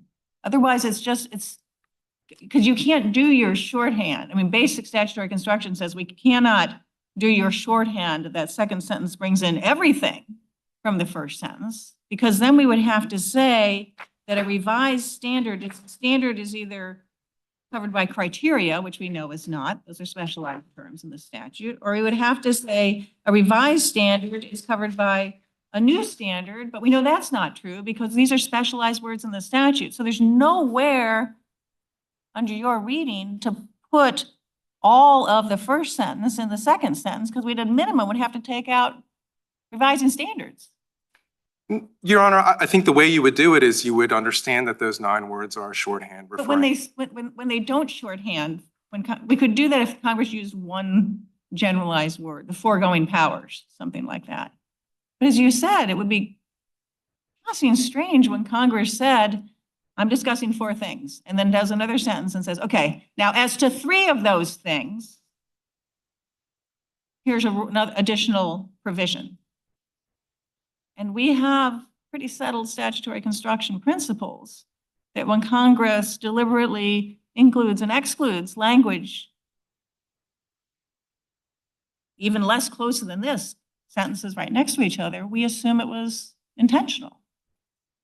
Yes, Your Honor, I understand that. I do think that the Supreme Court has recognized that you can have shorthand. I get that this is perhaps a less than artful form of shorthand. It would be in the contradiction of that well-established statutory construction principle. And when Congress includes language, intentionally omits language that it included in the sentence right before it, that we assume that that was intentional, correct? I think that's right, Your Honor. But again, so we don't think 109, and I would be the first to admit to you, I don't think 109D1 is drafted in the way that I necessarily would have drafted it. But that's the best way that I can. Benefit of hindsight. That's the best way that I can make sense of the two sentences. And Your Honor, if I could add one other point, if you take the position, if you agree with the position that EPA is taking, which is that they can revise existing standards at any time and that they have this freewheeling authority, Your Honor, if you read it into 109B1, that they can just, it's just a grant of authority to revise. There's no requirement. No, it's not just a grant of authority to revise. It has to be done in the same manner as, it has to go through notice and comment, which is Yes, Your a Honor. common check. It has to go on the through, agency yes, authority and power. of course it does. It has to go through notice and comment, but what it does not require is the thorough review of the air quality criteria. And EPA itself has argued here that they think they have the authority, they have the power to revise and revisit a NAAQS standard without even reviewing the air quality criteria at all. And to Judge Childs' point, they have also said and acknowledged at multiple points that the air quality criteria is the scientific basis for the standards. So their contention here is that they have this independent authority to revise the standards at any time without even looking at the air quality criteria. That doesn't make any sense. Wait a minute, That's what do you a mean by distinction. independent? What do you mean independent authority? They're anchoring it in the second sentence, aren't they? I'm sorry, Your Honor. You said they're claiming an independent authority. Independent of what? I'm sorry. They're claiming independent of the requirement to review, to do a thorough Right, review. and they're basing it on the second sentence. And they're basing it on the second sentence. They're not basing it on 109B. Second sentence, to your point, doesn't talk about revising standards. That's right, Your Honor. But what I was responding to, Judge Millett, is if you read 109B as a grant of the authority to revise existing standards, it does include a notice and comment requirement, but it does not require them to do a review or a thorough review of the air quality criteria. And as they have said Well, if themselves. they didn't explain, I mean, part of their notice and comment process is going to be reasonably explaining, based on substantial evidence, why they're making this change. And the statute is pretty clear they're going to have to look to criteria. And in fact, in this case, they did have some intervening criteria. But it also would allow the agency to do what we, as you said, we even implicitly allow agencies to go, whoops, either whoops, we completely misunderstood something. There's a health effect, a serious health effect that it can be, but is not being addressed. We just misgauged, miscalculated. Or we have had intervening studies come in the last 2 years that changed the calculus dramatically. And we need to promote health, which is our mission here. We need to impose a new revised standard, not a new standard, I get this, a revised standard. And we don't think Congress wants us to wait 3 more years while people are dying. And they'll have to explain it, and people will challenge that and say whether they've properly explained why they're doing this. Correct? So I don't understand, it's not some free-ranging authority to do whatever they want and make things up, disconnected from real evidence about health impacts. So I'm not sure what I understand the concern to be. I mean, I think the reality of trying to say they have to do what they can't even do often in 5-year intervals, in less than 5-year intervals. And does everyone admit there's no evidence that they were even able to do that before Congress put this D1 into the statute? And that just paralyzes the agency from reacting to new health information. So that's sort of our alternative reading. It reads the second sentence to become an empty letter because it is inadministrable. I think it's a recognition that when Congress required the thorough review in 109D1, what it wanted to do was make sure that EPA was looking at all the available science and that one administration or the other was not simply choosing the scientific evidence that it thought was most relevant to the decision it wanted to make. That's how we understand the point of 109D1 was Congress wanted to put that restriction on EPA to make sure that it looked at everything before. Once you've already done, you've just finished your 5-year review, you have collected an awful lot of information. And then new information, and they'll have to establish that it's credible and substantial evidence to support change, all those. But let's assume it passes all those markers and it warrants immediate adjustment to an existing standard. There's no reason Congress would say, you have to go revise and look at everything all over again. You just did it. You're working, you've got the baseline, and that baseline the structure of the statute says that baseline holds for 5 years. And Well- but if you get new information on top of that, then you can revise the standard, revise the criteria, do new standards. Yes, Your Honor. And I think you and I are in agreement that we're talking about the new information. Like, I think when you do a new thorough review, On top of a baseline, you've got the agreed. baseline from this comprehensive review. This is like, if you need to update your dissertation, you have to start all over again, do all your research again, and rewrite the entire dissertation. No one would say that. I don't think that's, You update it. I don't think that's how a thorough review would work even in the 5-year intervals. I don't think you go back and throw out everything that was done. So it would be a different thorough review than what you do in the first sentence? The second sentence thorough review would be a different review than. Well, a thorough review, right. So like, if we could sort of walk through, how one of these things might work. So let's say you've done your 5-year thorough review. And so you have your updated air quality criteria in light of whatever you did in just 2000, just to pick a year, right? And then new information comes out between 2000 and 2002. To do another thorough review doesn't mean you just throw all the work from 2000 in the trash can, right? I mean, there's a document has been prepared, the evidence has been reviewed, and EPA doesn't have to redo a review of all the science that existed before 2000. It has to review the science from 2000 and 2002, but what the thorough review requires is that it look at all of the science from 2000 to 2002. You're going to get, that's just a simple, you can take care of that in notice and comment rulemaking challenges. If they ignored relevant evidence that's in the record of contrary science they didn't consider, that's a valid basis for a challenge. That fits right within the notice and comment rulemaking limitation on revising standards. Your Honor, that's, As I read thorough, tell me if I'm wrong, as I read thorough review here, every 5 years, they have to look at all the criteria. Is that correct? they have to look at all the science for the air quality criteria. For all the criteria, all the science for all the criteria, at least since the prior one? Yes, Your or- Honor. Yes, all the science. But you're saying now, if we take the review down into the second sentence, they don't have to review all the science for all the criteria. So thorough here means, it sounds like thorough in the first sentence has this comprehensiveness meaning. And the thorough you want in the second sentence has a targeted, a more colloquial meaning. No, I of, understand.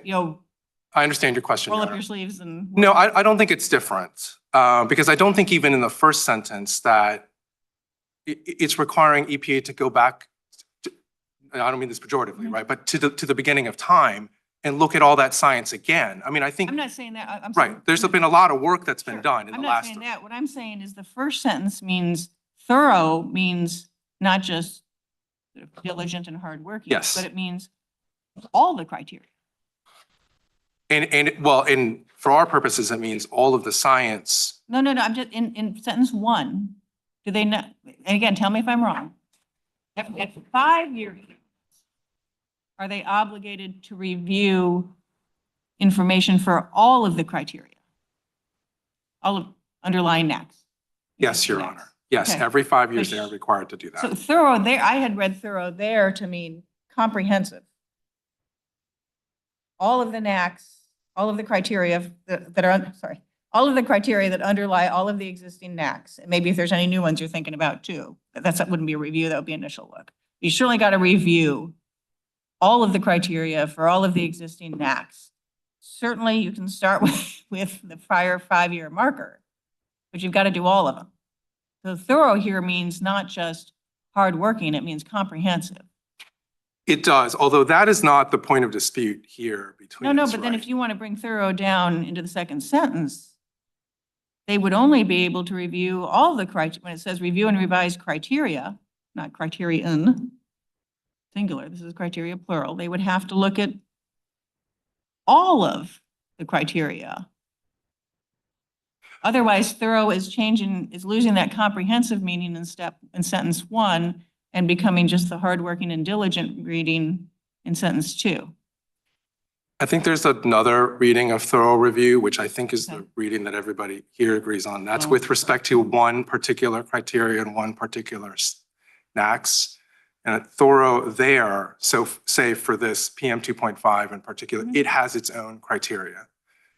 I think the dispute between the parties is, does thorough review require looking at all of the science since, that's developed since the last one for that particular criteria or not? EPA's position and admission here is that they did not look at all of the new science since the 2020 decision that they want to reconsider. Instead, they. So what would your reading, your desire to take thorough down to the second sentence and to write in revised standards, what would that give you that you're not already going to get from notice and comment, rulemaking, and judicial review under arbitrary, capricious, substantial evidence standards under B1? I think the difference would be it would require EPA to go through all of the science. It puts the burden on the agency to look at all of the science and not just impose a screening criteria, which is what they did here. They said, here are the only studies that we're going to look at, and only those studies. And that's what we think. What was the screening criteria? It's pretty lengthy, but I can point you to the page in the Can record. you give me a plain English summary? You don't need thorough for that. The APA takes care of that. Well, I think the problem with the difference, I think it's the same question, right, that Judge Millett is asking, is what's the difference between an arbitrary and capricious review And substantial of their evidence. review, right, versus a requirement that they do a thorough review. And I think the difference is, where does the initial burden fall? I mean, they have to go out and look at all of the scientific evidence and actually, lay eyes on it and review it and do an analysis and figure out how that Well, applies. I'm sure it doesn't mean, they can make some judgment as to, well, there could be some sort of cracker box things out there that they don't have to look at every single thesis written by everybody that's duplicative. So, and the way this works, I mean, that's what they're supposed to do in their rulemakings under notice and comment and substantial evidence review. And then what happens is parties come in and go, you missed one. You missed this one, and it's really important. You missed this one, it's really important. They do have this obligation to do good government work, but because the whole point of notice and comment rulemaking is that we invite the public to help out and let us know if we missed anything. And you come. And so I still don't understand how the outcome is going to be any different. Your Honor, I think the difference is that it puts the burden on the public. If we haven't gone out and canvassed, we haven't found a particular study, they can say, well, those studies weren't brought to our attention. Well, I and think so they say, here's what we could find. You know, if they say, we chose only to look at, PhD dissertations from Cambridge, then someone could go, well, that's not a reasonable restriction.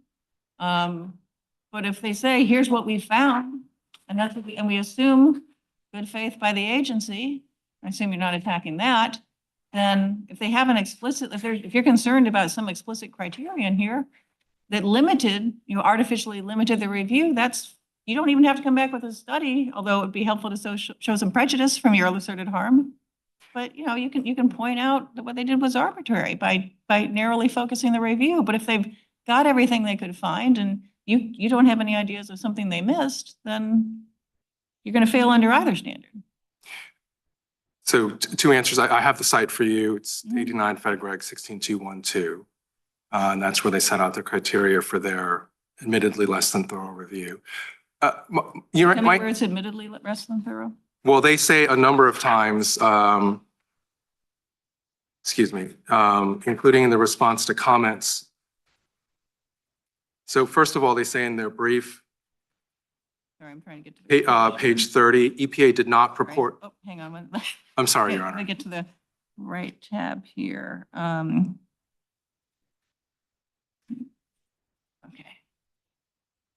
All right. In their brief at page 30, they say, as industry petitioners note, in reviewing and revising the air quality criteria and standards in the final rule, EPA did not purport to complete the thorough review of all aspects of the air quality criteria. Right. It was focused on the health concern. It focused on only certain science. In Certain RTC, science or certain problem? certain science, and that gets to the criteria that I pointed to at 16212. At JA 2800, which is the response to comments, page 121, they say EPA acknowledges that the ISA supplement does not satisfy EPA's obligation to complete a thorough review. And That's just a legal argument. They weren't doing. well, I think it's an admission that they didn't do the thorough review that they understand to be required by the Your statute. position that if the way you could challenge what they did was challenge notice and comment review, of judicial review of their notice and comment process, that you would not be able to make that exact same argument. And that there's anything that would prevent it from succeeding if you were to establish the materiality of the error? I think that there's a higher burden on them under this Is there statutory. anything that would prevent you from prevailing on that exact same argument through judicial review of notice and comment rulemaking? We would have had to have found scientific studies, I think, to explain why we think the limitation is arbitrary and capricious. I think Well, you're there's a. telling me the agency set up front there, what if there's something in their language that you think gives up the game right there? If not, if it was legalese about we're not doing first sentence, we're doing second sentence, or we're doing B1, whichever. Right. If it was legalese, then that's less concerning. But if you can't show some prejudice, I mean, either way, you're coming to judicial review on this, right? And so I don't understand how the outcome will be materially different, given that thorough in the second sentence sounds to me like it just means they have to have considered all relevant evidence and studies. Right? At the end of the day, that's what you're saying. No one's arguing that they have to consider irrelevant or one-off sort of crazy Looney Tune views. But if they have to consider all relevant studies, and even if they said we've done as thorough a review as we can, if you wanted to challenge that, you're going to have to tell them, and then you're going to have to tell the court. I mean, you're going to have to go through the same sort of judicial review process of alerting them through notice and comment rulemaking, and then challenging it in court. It's the exact same thing. Yes, Your Honor. I think if they had agreed, if they had agreed that they had a requirement to do a thorough review, then our complaint would be that what they did was not sufficient. And it would be an arbitrary and capricious or substantial evidence type challenge to the quality of the thorough review that they did. But the claim that they have here is that they don't have to do a review at all. And we think that goes a step too far. And I think it comes back, Your Honor. That's not what they did here. No, but that is the authority that they claim. And it gets back to the second sentence where they say, we have the authority under the second sentence of 109D1 to do a revision of existing NAAQS standards without doing a review of air quality criteria at all. That At all. authority. They didn't say at They do all. say at all. Page 41 to 42 of their brief. That is a quote. It Where in says, the record do they say at all? That may be the lawyers. This is regarding the criteria, the pre-existing criterion, correct? yes, Your They Honor. don't have to deal with that.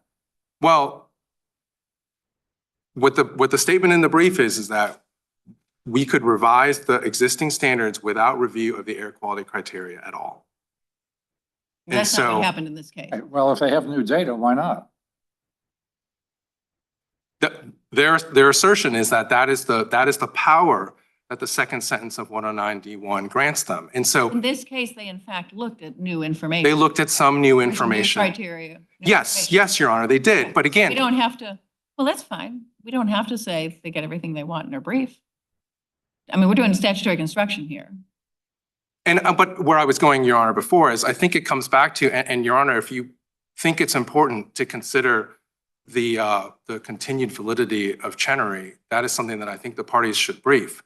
But I think that under established Supreme Court doctrine that this court has followed repeatedly, you have to hold the agency to the reasons that they have chosen, the grounds they have chosen to defend the rule on. And the ground they have chosen to defend the rule on here is that the second sentence of 109D1, and that sentence alone, grants them the power to revise the existing standards at any time without reviewing the air quality criteria at all, page 42 of their brief. Though that is EPA's position. Your Honor, I think we've had a very useful and interesting discussion about lots of other potential statutory bases. I don't think those changed the outcome here, but those are not the bases on which they have relied. They have not pointed to 109B as a grant of authority. They have not tried to rely on the first sentence. 20-something times in their brief, B1. Yes, but almost as many times as B1. Agreed, but at page 30, they talk about the second sentence of section 109D1, and they say it is that authority on which EPA, as an initial matter, EPA here exercised the authority of the second sentence of section 7409D1. That's page 50. Pages 29 to 30. The second sentence of section 7409D1 states that EPA may, and then it quotes the language, it was that authority that EPA relied on to revise the PM 2.5 standards. I think they're stuck with the choices that they We're made. talking about the existence of statutory authority. Because we also have harmless error. Right? If one, I know you have your, let's imagine that the second sentence of B1 said exactly as you want to write it. They have the authority to revise criteria. We'll make it even easier for the purpose of this hypo. Whenever they find it reasonably necessary to do so, but they must promulgate it in the same manner as, or they must do so in the same manner originally promulgated. So it's both authority, it could not be clear that it's both authority right. and process for you. And for some reason, they just never cited it. Is it your position, given that we have harmless error analysis and given that we're in a Loper Bright world, but it really doesn't matter how they read the statute, your argument is that you want this rule vacated? Yes, Your Honor. Absence of statutory authority to be enacted. Your position is that even under that statute, because I know we have Yes, Your Honor. there's a question about how to read B1. Your position is that? They are stuck with what they argued. I have two answers for you on that, Your Honor. Yeah. So one, I understand, Your Honor, the theoretical argument as to why Chenery may not be good law after Loper. I've thought about it myself for some time. But again, I don't think that, and I think if you want to go there, that would be opening a whole can of worms that I think the parties should have an opportunity to brief. But I think as the law currently stands, they are stuck with the statutory authority that they cited. And then the second argument as to harmless error, Your Honor, the Clean Air Act has its own limitations on harmless error. 307D9 says that harmless error under the Clean Air Act is limited to procedural errors and not issues of authority. So I don't think you can apply that here. I hesitate to prolong this. The discussion of the second sentence begins on page 29, where the agency says that basic principle, referring back to their argument about reconsideration, inherent authority to reconsider, would provide sufficient authority, as it did here, blah, blah, but here EPA has more, and that's the second sentence. So they're not relying solely on the second sentence. They could be completely wrong about the second sentence, and it would not matter if they have this inherent authority to reconsider. If they have the inherent authority, right, Yeah, which we right. didn't But we spent all get this to. time on the second Yeah, sentence. yes, Your And Honor. you're trying to pin them on that in the sense of saying that that's what they rely on, that's their argument. Well, that's their alternative argument. So two answers to that, if I may, Your Honor. The first is they do say that, but then if you go on, if you turn the page to page 30, Yep. it says it was that authority that EPA relied on to revise the PM 2.5 standards. So they do make the implicit authority argument. It's not, That doesn't erase their whole discussion of authority to reconsider. that's fair, Your One Honor. of which we have not discussed at all, but I think that's probably just as well. Well, and if I You could, could hear from the agents. Your Honor, on the implicit authority point, I think American Methyl governs there. And it says that if you have a congressional statute that is capable of doing essentially what a reconsideration could do, then Congress has displaced That's that. a fair argument, but we haven't gotten into it. Thank you, Your On Honor. your Chenery argument, real quick, the rule does quote 109B in the opening paragraph, though. Yes, Your Honor, but it doesn't ever argue that doesn't make the argument that 109B provides it this authority. And in the briefs, they clearly do not ever make that argument. And I think that you have to rely on the government's own reading of the decisions that they've made. But not of the statute. I think if they've chosen one statutory provision over another, not of how to read the statute, of course. Loper says that that's for this court to determine. Thank you, Your Honor. We'll give you some time for rebuttal Thank after all you. this.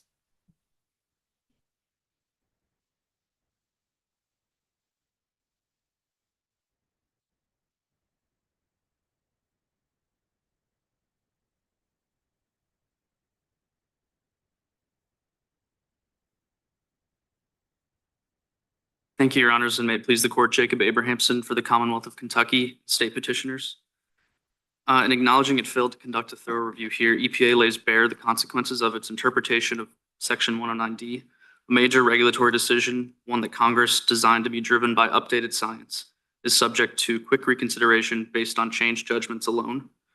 I'd like to use the remainder of petitioners' opening time to discuss why EPA failed to justify its decision to revise the NAAQS after this voluntary reconsideration.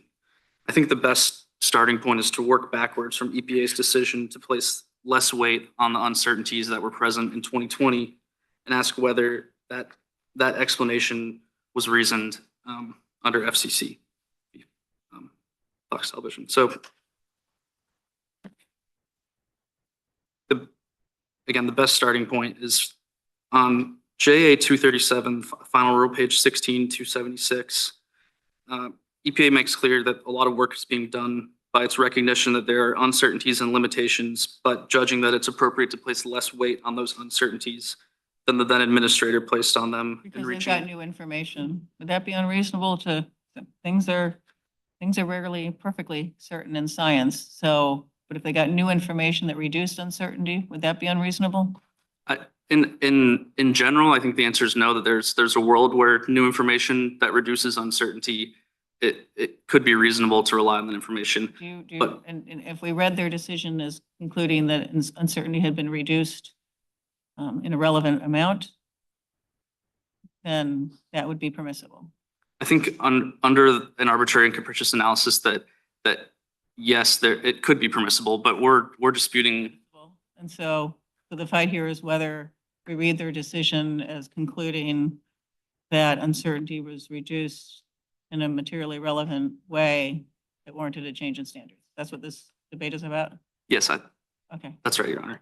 And so I think if we look to the specific, what new evidence EPA offered and the specific uncertainties that it dealt with, this court can look into whether its explanation was reasonable.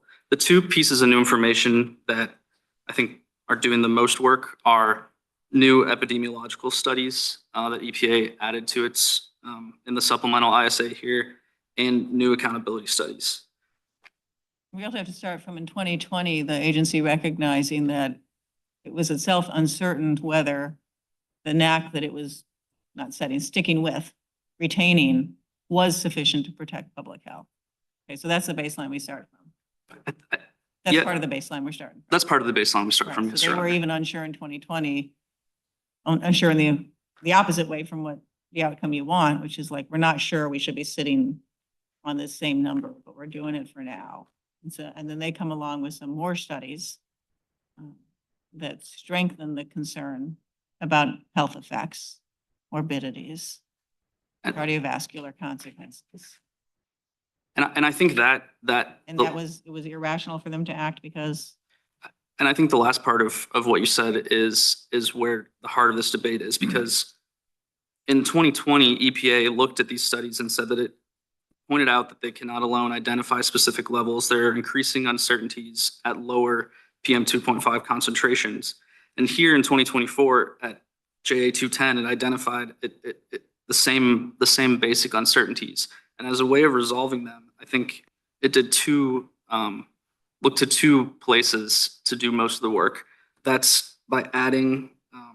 And there's no rule to eliminate uncertainty to be reasonable. That would be, we've said that would be impossible. Yeah, of course not, Your Honor. And I don't think. Long recognized that would be impossible. So the question is really shifts. Mm-hmm. The question is whether the uncertainties in 2024 are different than the uncertainties that were present in 2020. And what we submit is that the uncertainties here were not different.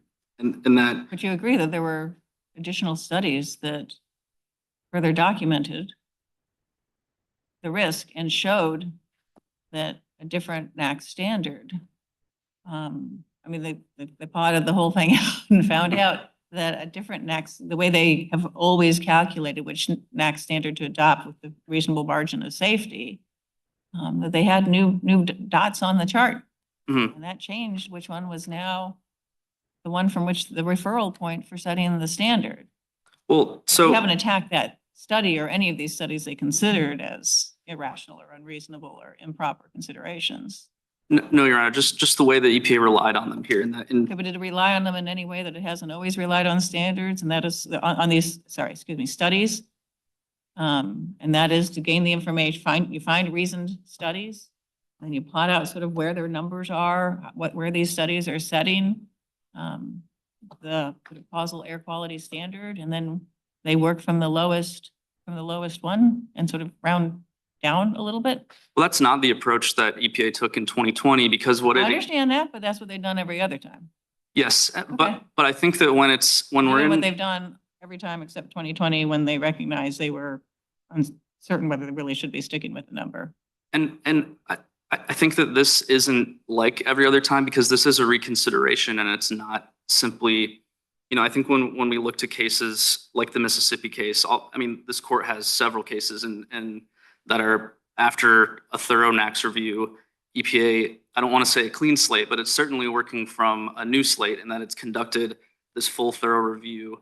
And I think this court rightly defers in that situation and says EPA's obligation when it's simply revising on the schedule that Section 109D1 sets out doesn't have to also do the work of finding every problem with the last NAAQS that it set.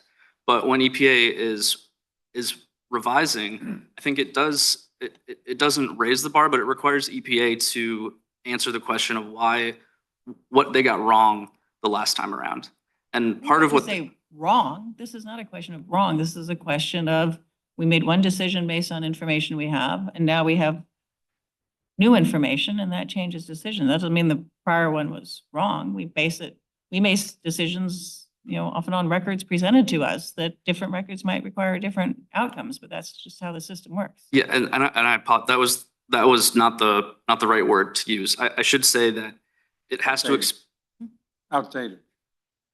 outdated or simply, outdated is I think the right word, Your Honor. And what EPA did in 2020 was It have acknowledge. to be outdated, or it's just that there's a higher volume of different information? I think the problem here is that there was not a higher value of I'm different asking the question information. whether they have to find it was outdated, or they simply have to find that we now have a higher volume of information pointing in another direction. I think that could be another reason too. Sounds like outdated to me, but okay. enough. All right, thank you very much. Thank you, Your Honors.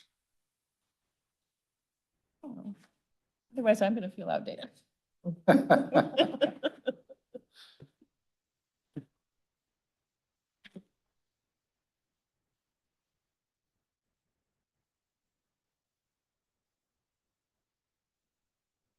Good morning, Your Honors, and may it please the court, Sarah Buckley for EPA.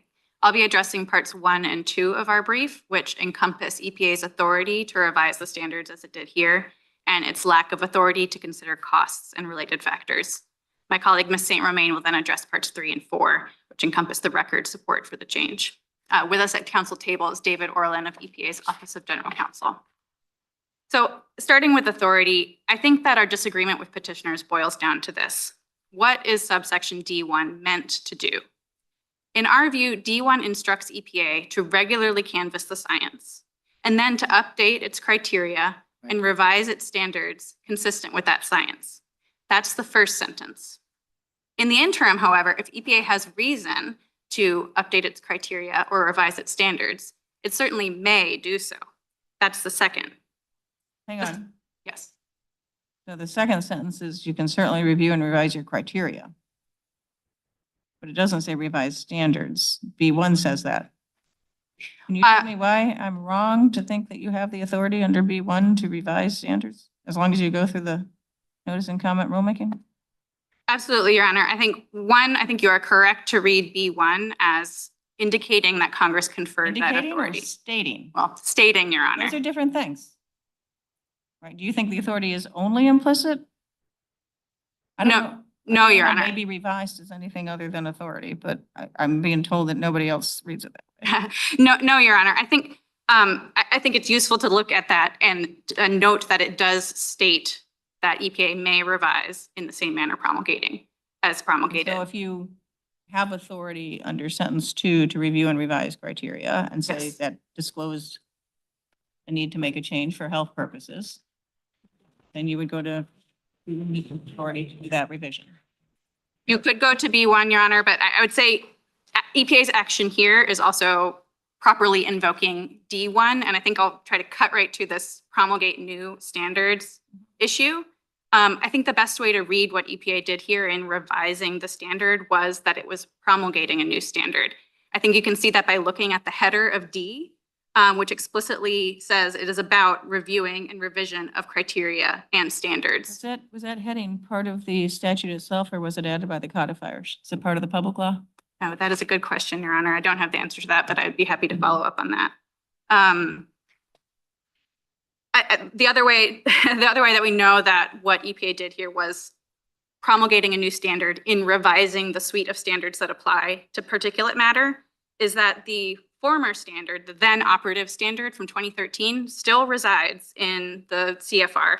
The 2013 standard still is at 40 CFR 50.18. The new standard for 2024 is at 40 CFR 50.20. The new standard catalyzes the whole attainment and implementation process to meet that new standard, but the attainment obligations for the old standard remain. So if any states or localities have not yet attained 2013, they may still have obligations to continue to put control measures directed at that standard, even as they have new obligations about this So a standard. new standard, as you're using the term, can be just an updated standard. It doesn't have to be the first time this criteria pollutant has been regulated. Yes, Your Honor. And I think another reason to think that is, again, new standards are governed by subsection A of 109. And not only are they governed by subsection A of 109, but I think as Mr. Lin pointed out, EPA would have to go through a whole process of 108 to designate air quality criteria for a new pollutant before it could be promulgating an air quality standard for that pollutant.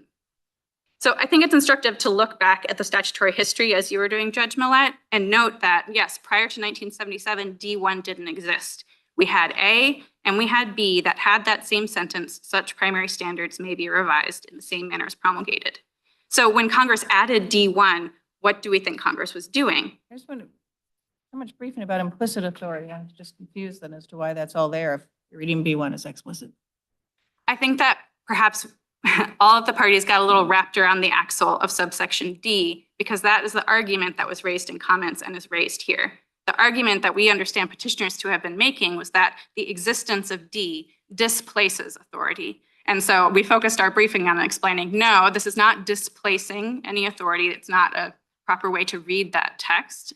And also, not only does the first sentence of D1 not displace it, we have the second sentence in there that's Congress saying, don't read the requirement in the first sentence to prohibit your action more frequently as So needed. you read the second sentence as being essentially a license to proceed without a thorough review.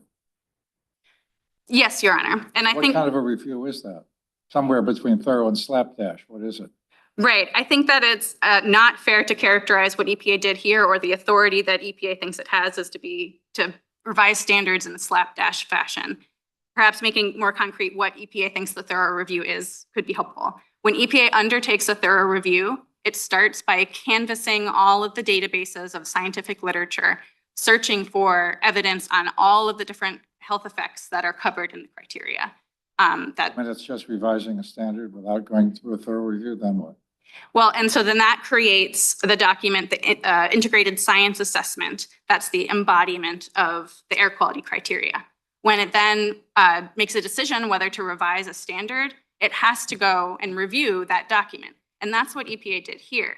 The requirement to go and review that document is found in 109B1 itself that says that the standards have to be based on the air quality criteria. EPA here explicitly said that it was basing its action here on the thorough review of air quality criteria completed in 2020 as supplemented in 2022. And that's at JA 164 and 163, 73 in the preamble, and also in the response to comments So at the thorough 28. review took place at the criteria level, right? Yes, And the standard derived from that, when being revised, can relate back to, can reread, let's say, the criteria document and any new studies without a thorough review of that criteria document. yes, Your Honor. I think a way to think about this is every 5 years, EPA has to publish a new edition of the criteria. In the interim, if there is a significant new development, say we're talking about a casebook and Loper Bright comes down, you can go in and revise that chapter on Chevron, and you don't have to canvass all of the other Pocket part. chapters. I'm sorry? This is the pocket part? This is the pocket part, yes. Recall back to law school. And that is what EPA did here. There was in reviewing and going and initiating a review proceeding to determine whether the standards did indeed meet the health standard of B1. EPA was aware that there was new science on the health effects that EPA found had the most strong causal linkage to exposure to particulate matter. And so it did a mini thorough review, one might say. It went and it canvassed that scientific literature for anything new on the mortality and cardiovascular effects. That's not a review of the criteria. It's reviewing the underlying science. So yes, so EPA looked back at the record, said, we're not sure that this standard is requisite to protect public health with an adequate margin of safety. We would like to initiate a proceeding to potentially reconsider that. At the outset of that proceeding, EPA said, well, our air quality criteria and our 2020 policy decision to retain really turned on these particular health effects. And we've been told by petitioners who have filed petitions for reconsideration that there's new studies on this very important health effect. The reconsideration was of the criteria document, not of the standard? I suppose it was a reconsideration of the standard, Yeah. and in the course of that proceeding, the criteria document was revised by the issuance of the supplement. Yes, Your Honor. And EPA focused its review on those health effects. Between reconsideration and revised? I don't think there is a difference, Your Honor. I think that if, again, we're getting really stuck on this term reconsideration as if it comes with technical meaning, and I'm not sure that it does. If EPA had said, we're going to look back at our decision, determine whether it's meeting Review statutory. instead of reconsideration. Review. You do have the authority to review. Yes, Your Is there a Honor. difference between review and reconsider? If you're going to do review and revise, somewhere in there after you review it and you decide to reconsider by revising it. Right. I think that, Put another dog on the table when you talked about reconsideration, which is neither review nor revise. I suppose that it is a different word, Your Honor, but it results in the same proceeding as reviewing and then revising. Again, I don't think that putting a lot of technical Both import. review and revise. Is I'm an sorry. umbrella word for review and revise? Umbrella word. I think it's an umbrella word for EPA believing that a decision may have been wrong and wanting to begin. Well, the only way they're going to figure out it's wrong, they got to go back and review. Exactly. And that review presumably will inform the decision to revise. Yes. And so together, that's just how courts think about reconsideration. Yes. But- I think that's spot on. Umbrella term for review and revise. Or I'm trying to figure out whether Yes. you're claiming an additional power or whether it's just you're using it as an umbrella term for review and revise. Using an umbrella term, Your Honor, not claiming an independent power here. The power is all derived You don't from think you did 109. anything more than review and revise? No, Your Honor. Then the distinction between promulgating new standards and revising existing standards. What is your distinction there? I don't have a black and white answer on that. And obviously, a lawyer never wants to say that the presumption of superfluity is just a presumption. But I don't see anywhere else in the statute that Congress has given different import to revise standards versus promulgate new standards. It could be that a more minor change to standards would constitute a revision, and a more significant change would constitute new standards. But again, I think here the best way to look at what EPA did was it created a new standard that states now have to comply with, that states now have to develop plans to implement after attainment designations are made. Is there a difference between describing it that way and saying you revised the existing standard? Is there any, what's the difference between saying we created a new standard and we revised the existing standard to increase the obligation? Beyond that word, Your Honor, I don't think there is. I suppose EPA could have, but notably did not here, actually reach back into that CFR and nunc-pro-tunc change the standard that was applicable at some earlier point. But that's not what EPA did here. The standard is applicable, starting I don't in. think there's any argument that this is a Right. forward-looking rule. That would be a Right. whole different Mhm. problem. And you've given consideration before to actually revising standards, but have you used the word reconsideration during those times? In previous proceedings, EPA has announced that it would reconsider standards, although it has never finalized a reconsideration by revising. It has, however, frequently reopened air quality criteria and then revised the air quality criteria. And the point of my question is to think about the consistency of your term, just as a through line through prior practices. Right. Right. EPA has consistently used the term reconsideration, not to have some independent meeting, but to prompt or invoke its authority, a proceeding under 109, 109B, 109D. No, that's helpful. I'm going to ask a question which I've never asked in 38 years on the bench, but I'm driven to it by despair. Is there any legislative history on this? Oh, there certainly is, Your Honor. Not very lengthy, but I will say this. Initially, 109D1 was in the House bill that became the 1977 amendments. The House bill's version, which petitioners cite in a footnote of their brief, actually called for a review and revision every 2 years. In the conference, though, the Senate didn't have a comparable version. In the conference, the Senate stated the following, or the conference report states the following: the Senate concurs in the House amendments with the following modification. The first review shall be completed in 1980. Subsequent reviews are required every 5 years, but the administrator is authorized to conduct review of existing ambient standards more frequently than every 5 years, and is expected to revise standards whenever available information justifies a revision. So, More coherent than the statute. indeed, and honestly, Your Honor, the fact that that second sentence was added in the conference might also explain this disconnect between the revision. It's a mess. Yes. I think what that shows is that, the House was pushing towards very frequent updates and reviews, again, to make sure that these standards are doing their job of focusing our regulatory efforts at protecting public health. The Senate said, we can slow that down, but we are not trying to displace EPA's ability to respond to new information and ensure that our standards are meeting the public health standards set out in B1. Is there legislative history for the second sentence in B1? Not that I'm aware of, Your Honor. I would like to just quickly address the costs argument and note that the cost argument and the attainability argument is really focused on this idea that there's an analytical distinction between a decision whether to revise the standard and what level to revise the standards to. And I think that analytical distinction is a mirage, because if you're ever considering whether to retain a standard, you're necessarily asking yourself the question, is this standard meeting the statutory standard? Is this standard requisite to protect public health with an adequate margin of safety? And at that point, you're considering the level of the standard, and you're engaged in precisely the forbidden exercise that the precedents of this court and the Supreme Court have said that we can't do.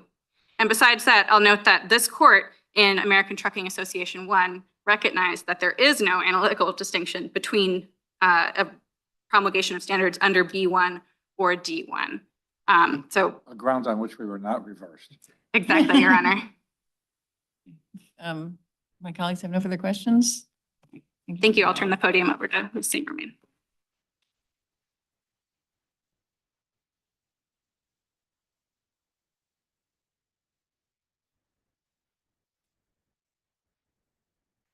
Good morning, Your Honors, and may it please the Court. Alex St. Romain on behalf of EPA.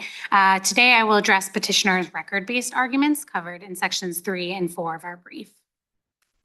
So at issue today is whether the EPA administrator reasonably determined that a 9 microgram per cubic meter standard for primary annual PM 2.5 was requisite to protect the public health. And the answer to that question is a resounding yes. The at-issue criteria, which is comprised of both the 2019 science assessment and the 2022 supplement, demonstrate consistently strong linkages between PM 2.5 concentrations well below 12 micrograms per cubic meter and negative health effects like mortality, cardiovascular effects, respiratory effects, cancer, and nervous system effects. Why did the agency choose not to look at some other health effects like on reproductive? Yeah, the reason the agency chose to limit the health effects it was looking at in the 2022 supplement is that it looked at the health effects that drove the EPA's staff level conclusion in 2019, which was a conclusion that the science called into question the adequacy of the standard. The health effects that EPA focused on were those where EPA had the strongest evidence that there was a clear linkage between those health effects and PM 2.5 concentration. And other health effects like respiratory effects, the linkage between PM 2.5 exposure and those health effects is a bit weaker. Do we need to resolve that the science has actually changed in order for you to get to a revision? No, Your Honor, and that's for 2 reasons. First is that the statute says that whether a standard is requisite to protect the public health with an adequate margin of safety is left to it's a determination that's left to the judgment of the administrator. And that means that different administrators could reach different conclusions based on the same evidence. And that is aligned with this court's conclusions in Mississippi and in Murray Energy. In those cases, petitioners were arguing that there was a presumption of validity given to EPA's past standards, and this court rejected that presumption and explained that such a presumption would result in a situation where EPA is bound by flaws or errors in past standards. And instead, the question before the court is the one I started with today: is EPA's decision here reasonable? Now, I will say that this wasn't a situation where EPA was just looking at the same record and reaching a completely different result. EPA explained that there were clear differences between the 2020 record and here that prompted its decision to revise the standard. EPA explained, and this is at JA 237 in the preamble, how uncertainties changed. And the fact that uncertainties changed decreased the magnitude of uncertainties and increased the administrator's confidence in the results of the epidemiologic studies. The uncertainties changed in 2 main ways. So first, there were additional studies that controlled for confounding factors. Now, these studies that controlled for confounding factors, so let's use an example because I think this is particularly helpful. So one health effect that has a strong linkage to PM 2.5 exposure is cardiovascular effects. But we all know that cardiovascular effects like heart attacks can be caused by PM 2.5 concentration, or it can be caused by lifestyle, smoking, underlying health conditions. These new studies in the 2022 supplement controlled for those confounding factors, took them into consideration, and still showed very strong linkages between PM 2.5 concentrations and cardiovascular effects like heart attacks. And that gave the administrator confidence, the administrator explained, in the results of the epidemiologic studies. Another big change between this record and the 2022 supplement and the 2019 criteria document were the addition of new accountability studies. Now, accountability studies are those studies that look at a policy intervention that decreases PM 2.5 concentrations to see if PM 2.5 associated health effects also decrease. We provided an example in our brief of replacing manual toll booths with Easy Pass toll booths, but to provide an example that was in the 2022 supplement, there was one study that looked at the effect of retiring power plants. And this study showed that when the power plants retired, PM 2.5 concentrations in that area decreased from around 10 micrograms to around 7 micrograms. And with that decrease, there was also a decrease in hospitalizations resulting from cardiovascular illness. So again, these sorts of studies gave the administrator more confidence in the results of the epidemiologic studies. Just thinking about Yeah. a question asked of your co-counsel earlier. EPA has revised criteria off cycle, but then chose not to revise the standards. What's the reason for that? You know, I think that ultimately what that tells us is that EPA's decision to reopen criteria and consider whether it's appropriate to revise standards is not predetermined. EPA, as we note at page 80 of our brief, on at least half a dozen occasions since the Clean Air Act was amended, EPA has gone about reopening the criteria in the exact same manner as it did here for the exact same reasons. It's presented with new information that's sufficiently important to the administrator's determination of whether the current standard is requisite to protect the public health. And the administrator reopens the criteria, or the EPA reopens the criteria so that CASAC, the public, and ultimately the administrator can consider that new science in determining whether the standard is in fact requisite to protect the public health. Have you done a thorough review in those cases?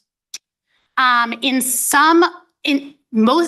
of those cases, EPA has recently done a thorough review, or is in the middle of a thorough review and has completed its criteria document.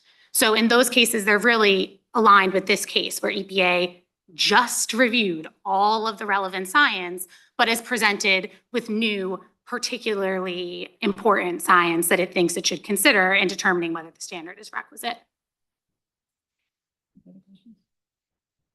I see my time is up. In sum, EPA's decision to revise the primary annual PM 2.5 standard to 9 micrograms was reasonable and supported by the robust record evidence. For this reason, and those discussed in our brief, we respectfully request that you deny the petitions for review. Thank you. Okay, Mr. Lenz, you're doing rebuttal for both petitioners, and we'll give you 3 minutes.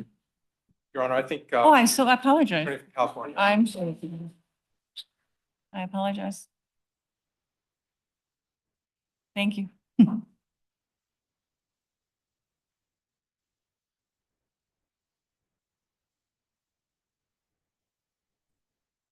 morning, Your Honors. Jonathan Weiner for State Interveners.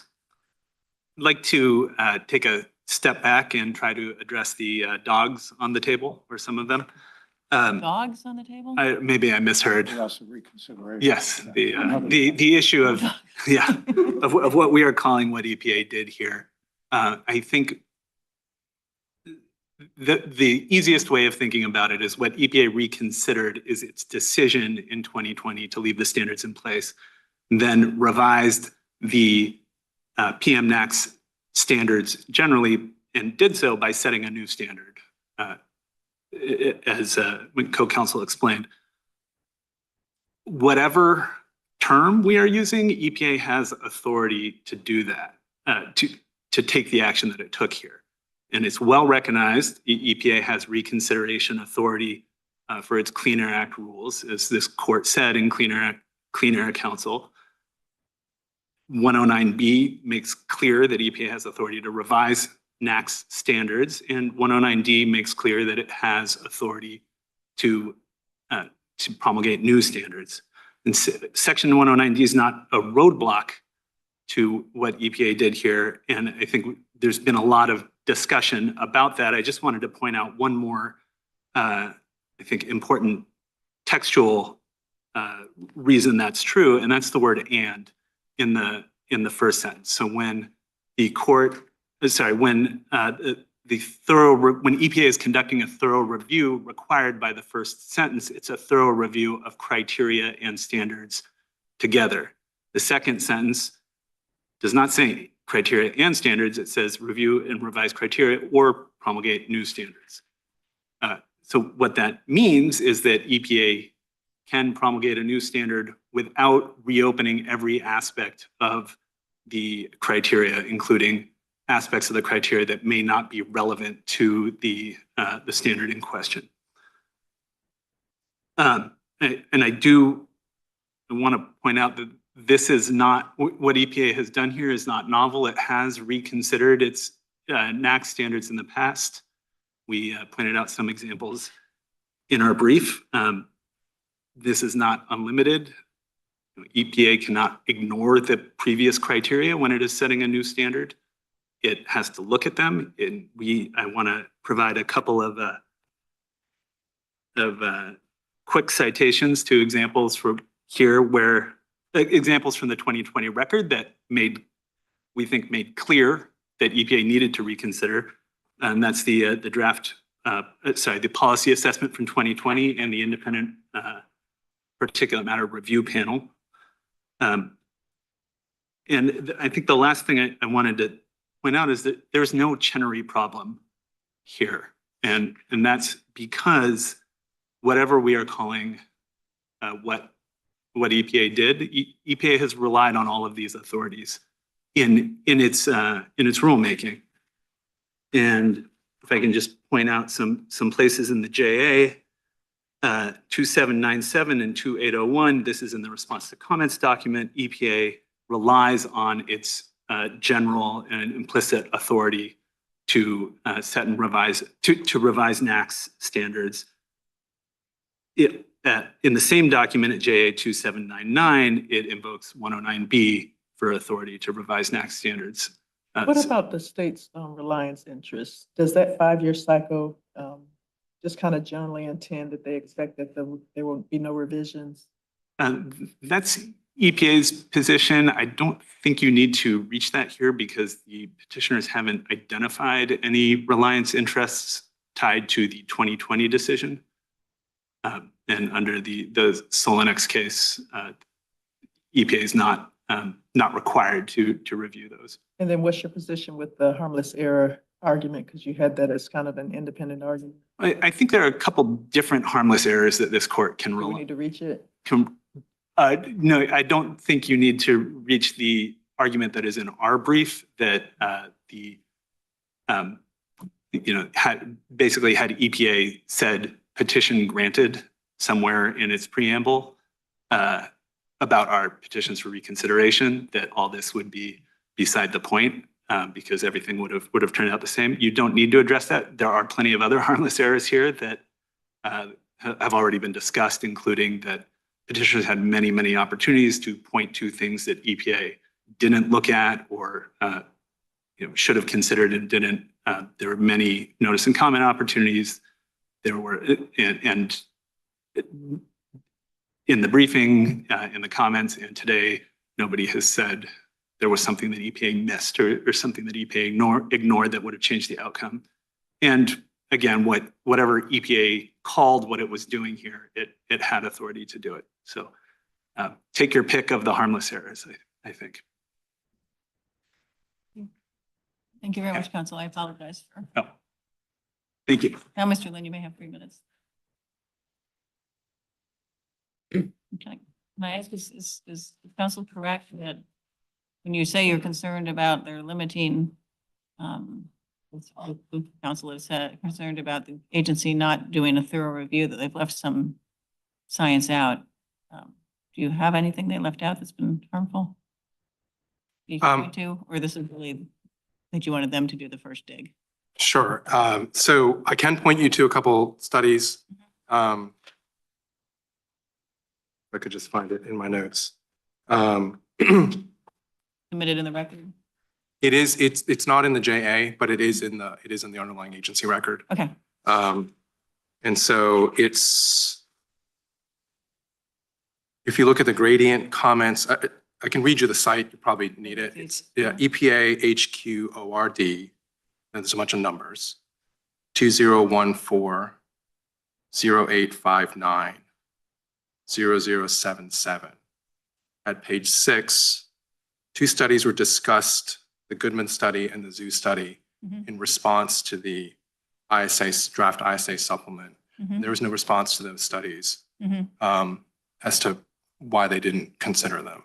Now, we don't think, Your Honor, that I would argue those in your brief here. Those haven't been raised by anything. we didn't point to those specifically. Any of the petitioners? No, not in the briefs. And the reason is because we don't, as we've discussed already, Your Honor, we don't think that that there should be a prejudice or harmless error analysis here, both because 307D9 doesn't permit it. You can only look at procedural harmless errors, but also because, as we've discussed, the authority that they claim here is not, again, they're not saying we acted under the first sentence, we were required to do a thorough review, and what we did was good enough to survive arbitrary and capricious. Their argument is we didn't have to do it at all. That's the question that's before this court. I did have a couple quick points that I wanted to get to. I think the first is that my friend from the government's argument eviscerates the distinction between revising existing standards and promulgating new standards. I don't think she offered an example of what revising an existing standard would be. I think under her argument, everything would be promulgating new standards.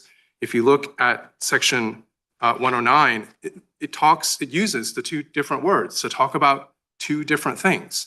Promulgation is always used with respect to new standards for pollutants that don't already have a standard. That's 109A.